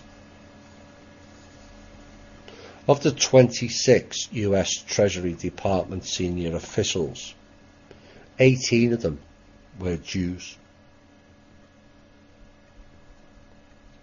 That's a numerical representation of 69%, and yet the Jewish people are approximately 2% of the US population. So in essence, they are overrepresented amongst the US Treasury Department by a factor of 34.5 times. And this has been the case over money and the cult of Ra for the last 2,000 or even more years. The same cult of Ra who started the usury system, the taxes system also. Who resides over the house of Israel now? The Rothschilds. Who controlled all the banks? The Rothschilds. And then you got the backstory of the Romans controlling the funds 2,000 years ago, when a certain person tipped over the tables of money. The reality is the Romans were the modern day mafia.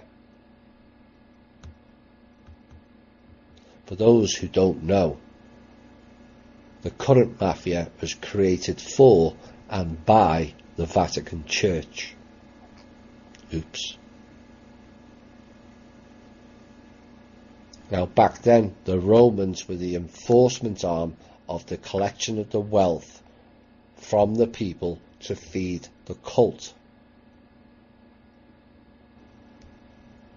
Whilst the hidden hand remained in the background, now known as the Jews, but the real label is the cult of Ra, and all hail Marduk. These people, and I use that term loosely, are parasites, harvesting up everything for their draconian king.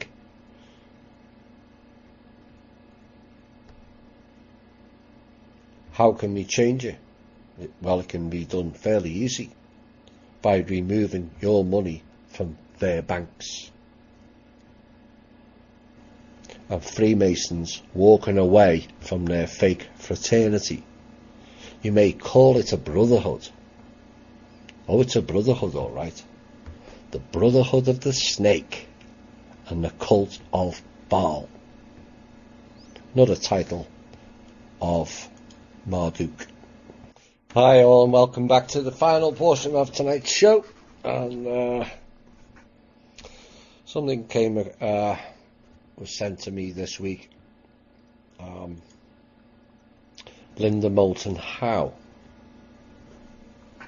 Don't know why it took her so long, but finally she has decided to out David Wilcock as a parasite.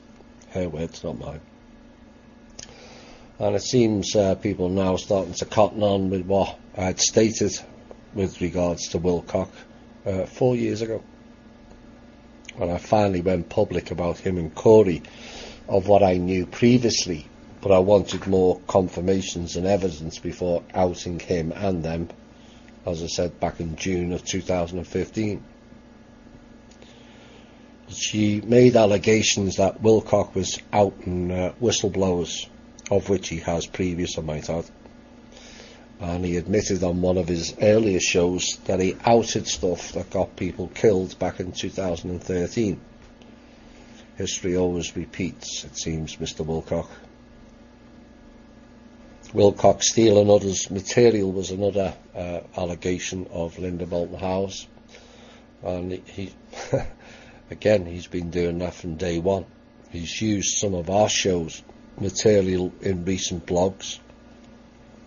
He used the CV group behind that was behind the show for materials for a while, and then he used Corey and Harry until Harry was pushed out for saying that Corey's story was complete bullshit, which it is and was. Harry, of course, is Shane the Runer. But he's done it to so many. And you see, this has always been the problem with Wilcock. He's interested in David Wilcock only. A true Lord of One, if you like. Another follower of the cult of Ra, as was Edgar Casey, I might add. Now, Linda called it out. For the first half hour, it was all about pushing money for David. Buy my book, CD, videos, no doubt. We see it often in his blogs, followed by a load of teasers that actually say or deliver nothing, and then some copied or stolen material of others. Now, we all use others' words and comments and materials at times, self included. No one has the sole knowledge. and we all have pieces of the puzzle.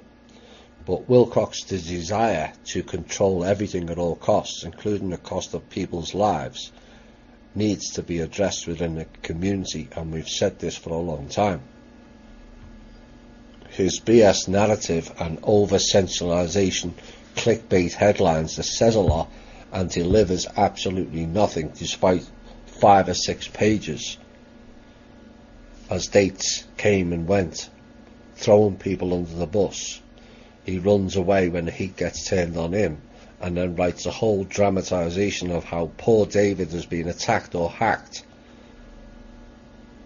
That's more than run its course, and it's time people really recognised it for what it is.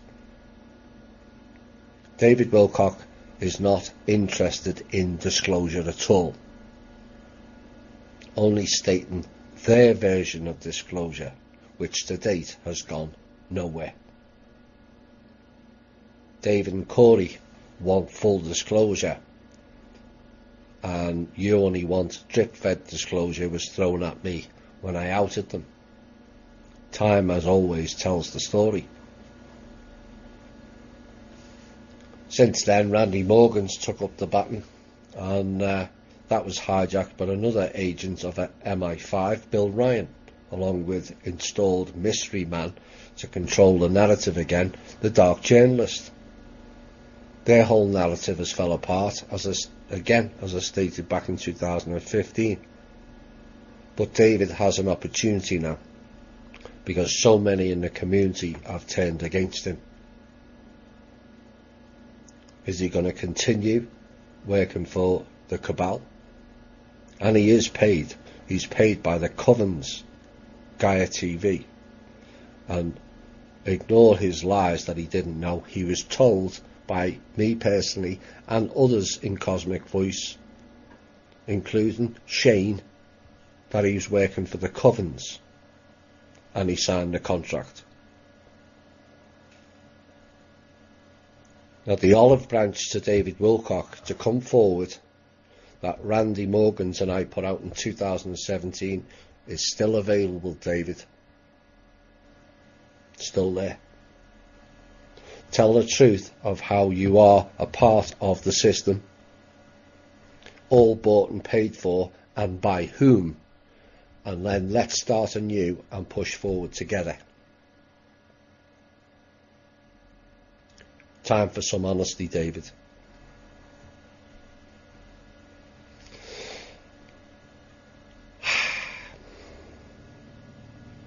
An article about Syria and Iran being a cooperative force with the support of Russia came to my attention this week, and has hidden clues that kind of support the From Russia with Love series that is now up to part 3. But these 2 pieces stood out a bit, and it was about a visit of President Rouhani to Iraq. Is something much larger than the military alliance alluded to the above. These states are unfolding a regional belt and road trading area stretching from Latakia port on the Mediterranean across to the border with Pakistan and perhaps ultimately to India.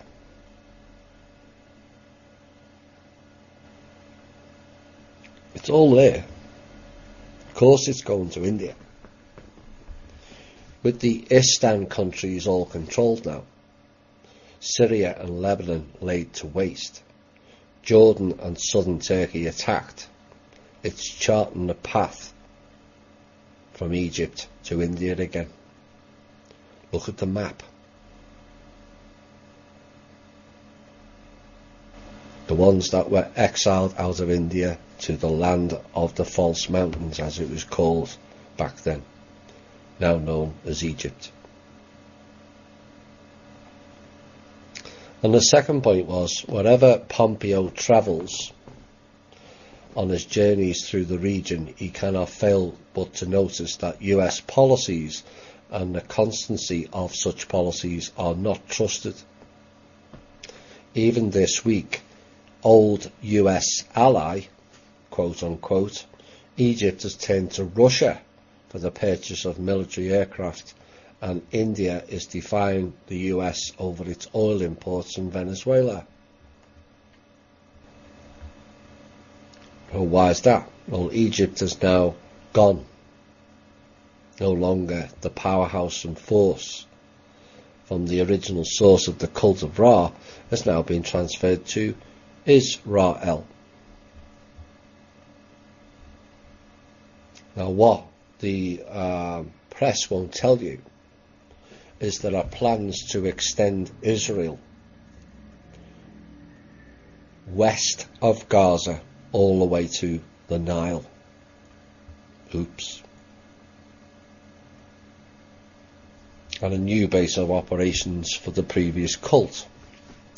And India is defying the US as a geopolitical move of weakening America and crashing its economy as pushed by the Rothschilds' dragon groups, so they can transfer the power and the finance to the East. It's all there. Final piece tonight is about awakening. There are two, maybe three, well, there are three types of awakening. And the first hurdle of awakening has happened to all that listen to this show, otherwise you wouldn't be here. The first awakening is accepting the narratives we've been told on many subjects that pervades through our lives and lifestyles. We're all based on lies, half-truths and spell magic. The illiterate, as I've said previously, the illiterate for this century will not be those who can't read and write. It will be those who cannot unlearn the lies. Now, the first awakening can be, and is in many cases, the most painful. When you learn schools, doctors, hospitals, judges, police, governments are all operating against us, not for us, is a harsh and sobering reality, and is garnered over time as to the sheer depth of it. And that type of awakening for many of us is still ongoing. But you'll only learn a fraction of what is and has gone on this planet in this lifetime. So don't be too hard on yourselves for not knowing everything, or feel stupid for missing the obvious, the signs, the symbols and the words. They were all there to see, and yet many couldn't, and many still don't. How and why is that? Programming. The pure and simple answer. Others will call it indoctrination. We are programmed from childhood to believe in a narrow field of knowledge and consciousness. Even the word knowledge. Ledge is a narrow platform. So you know a narrow platform, a narrow ledge. No ledge. It's all in the words. But for many of you, going back 10 years ago, the idea that vaccines are BS, some famous people are different sexes than they portray, some people are not what you thought due to doubles or clones, governments would poison us with chemtrails, fluoride, GMOs, farmers, psychedelic drugs, everyone is spying on us, false flags, etc. all seem a world away from your knowledge base now. And it's been some journey of expanding your mind and thinking, and yet you've achieved it. And yet so few of you recognise your own development on that level. Instead of admiring how far you've come, too many are focused on what they don't know. Glass half full or half empty. It is beyond extraordinary what we've all achieved in just a decade. And many of you are in a stage now, what we would call the later stages of your life. Decades and decades of programming wiped out in under a decade from you. And yet do you ever stop and look in the mirror and say, wow, what an achievement I have done with my life.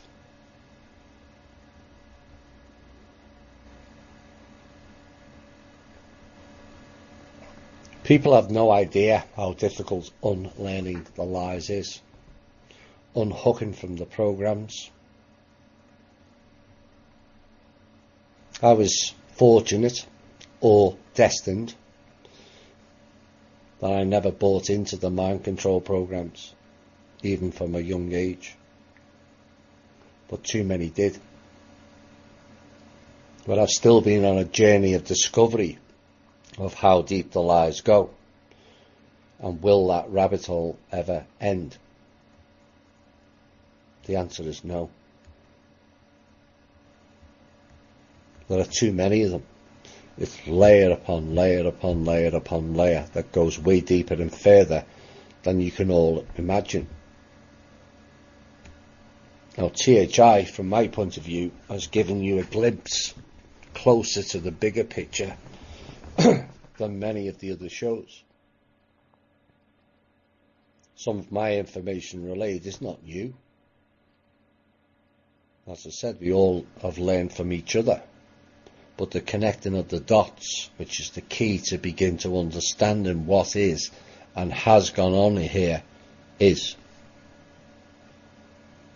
packaged in a way all levels of learning can feel they can get some sort of grip on what they're learning. And that is the essence of THI, tying things together, as the storybook style must listen to shows proves. It's the only way disclosure can be delivered. And those shows are spanning 4 to 5 years now. And yet there's still way more to learn and understand. Awakening 2 is recognising you are not just a meat suit. That you all are a spirit and a soul. This in and of itself can be a difficult concept to absorb, and more so for the religious fraternity. Because everything about that program is about being outside of yourself, when the focus needs to be what's on the inside. Now, during this awakening, you learn dream time is not about being asleep, but actually another part of you is awake. Only the suit sleeps. During this phase, depending on where your soul development has reached, you may face the demons, all kinds of nasties chasing you, battles ensuing, traps set like an ancient Greek maze that will trigger some. People and things attacking you or using you as a sex object, suggestive programming inserted into your mind, and also the potential for vessel infestation are all part of the learning curve of being in the real hologram and the trap set called the lower astral, the real place of hell.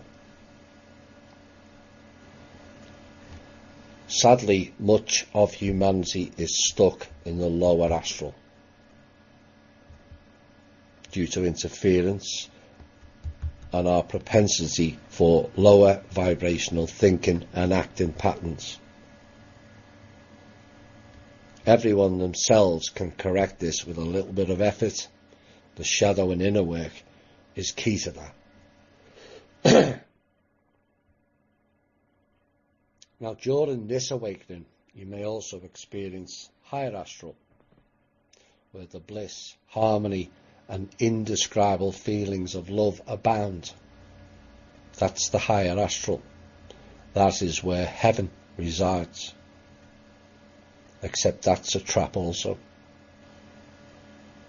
It's the garden gate to the real higher developmental stage known as the mental planes.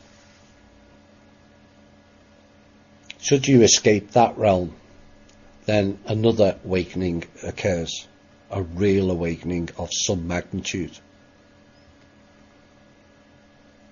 As some of your so-called junk DNA starts to switch on, no longer are battles a part of your every night scene during your dream time. Suddenly you realize your own powers, and you are only limited by your own imagination. At these levels, the interference with you can reduce drastically, as your own abilities can now counteract their dark magic. Narrow viewing and hearing fields and your senses beyond 5 get ramped up exponentially, depending on your input into it. It's not a magic sponge. Like shadow and inner work, it requires you to work on it. During this phase, you can experience many things. You can accomplish many things. From moving solar systems to avoid rock wars, rescuing beings off other worlds, transporting yourself to new worlds, in this universe and also beyond. Meeting or seeing creatures you never thought possible, involved in missions to fix things both here and outside of here, attend meetings of galactic and beyond situations, fly above the earth to see it in its full splendour. You may also be dealing with rogue elements who have played games here for a long time. You may even find out and visit your original home world, and much more. But the key is you find your own power and importance in the scheme of things. Where you went wrong in past lives and this, and how much you've brought on yourselves here in this lifetime. How hard will you go to correct the future, not the past? But these abilities have to be used in balance, and the ultimate in personal responsibility, as some of them will be retained within the vessel also. Not just the spirit. More 3D earth-based abilities will manifest, healing of the self and others, either by being with them or from an infinite distance. Weather manipulation, bilocation, remote viewing are just some of the examples. Too often in the past and the present, people have turned themselves into a modern version of a god. I'm all powerful, blah blah. A true warrior never brags what he or she can do. Just acts out quietly to effect the desired changes required at a given time.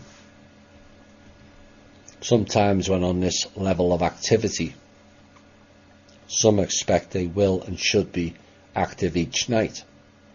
That is not the case either. You may go months with no recall of activity and then bang, lots of it. It's called horses for courses.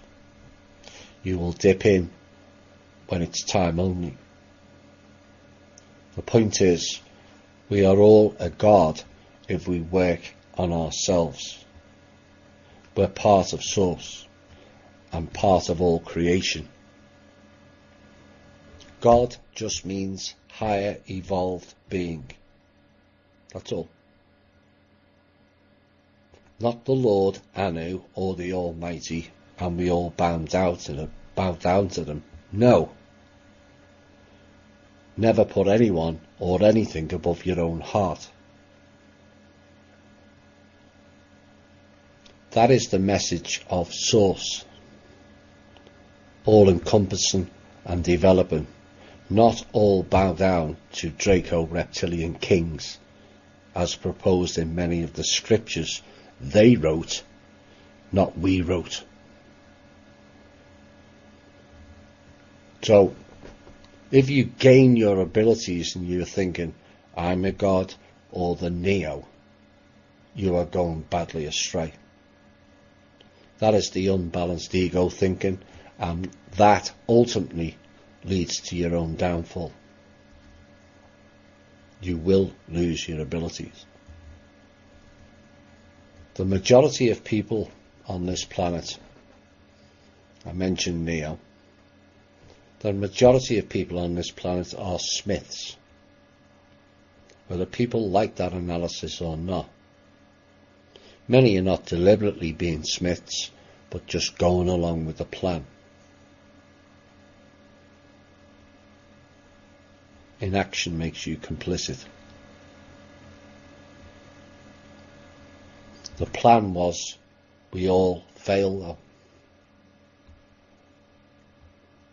Operate in service to self, and in a competitive dog-eat-dog world, cheating, stealing, hiding behind masks is all being a smith.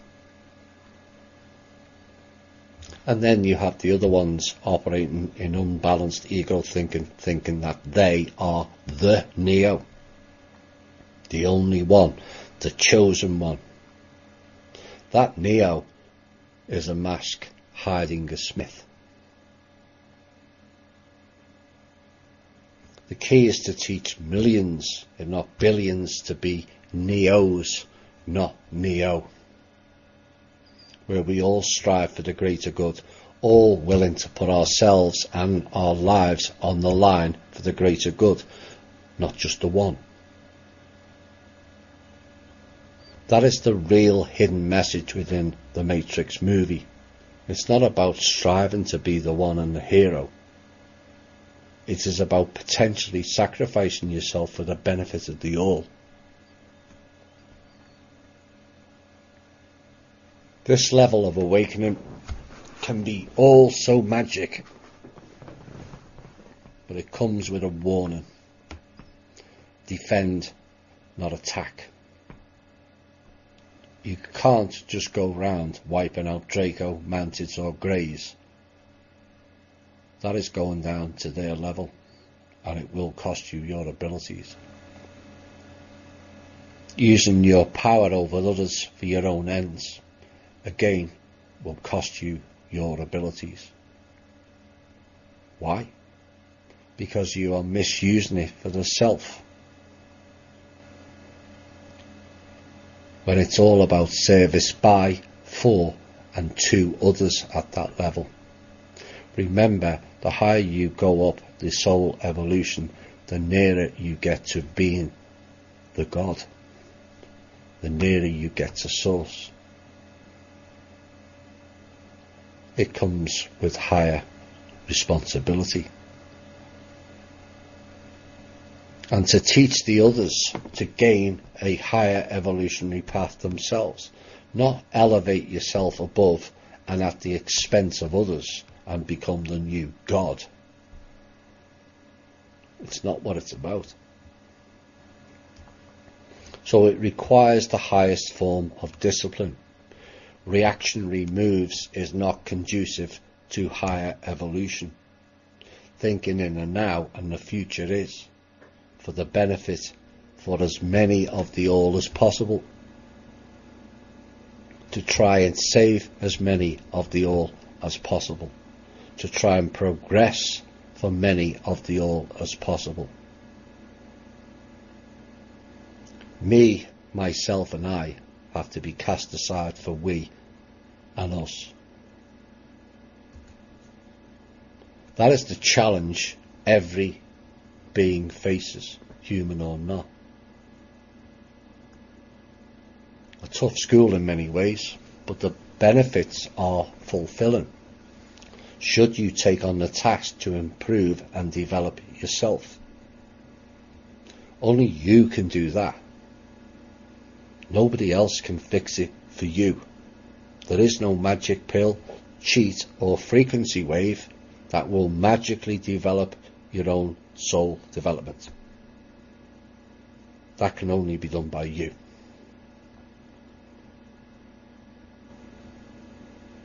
Only you can save you. Perhaps now makes much more sense. I'm sincerely hoping anyway. All of those three awakenings have the effect of you losing interest in certain pastimes, changes of lifestyle, change of scenery is generally required, one that is more conducive to the new you, because you're not the same person. External you are, internal no chance. Whole new ball game. People complain mainly of one thing going through this path or on this path, that they have lost people. Yes, you've lost people because they're not on the same frequency anymore. And yet you should consider this. Yes, you lost people, but you gained yourself. This has been the Truth, Honour, Integrity Show. My name's Thomas Williams. Bye for now.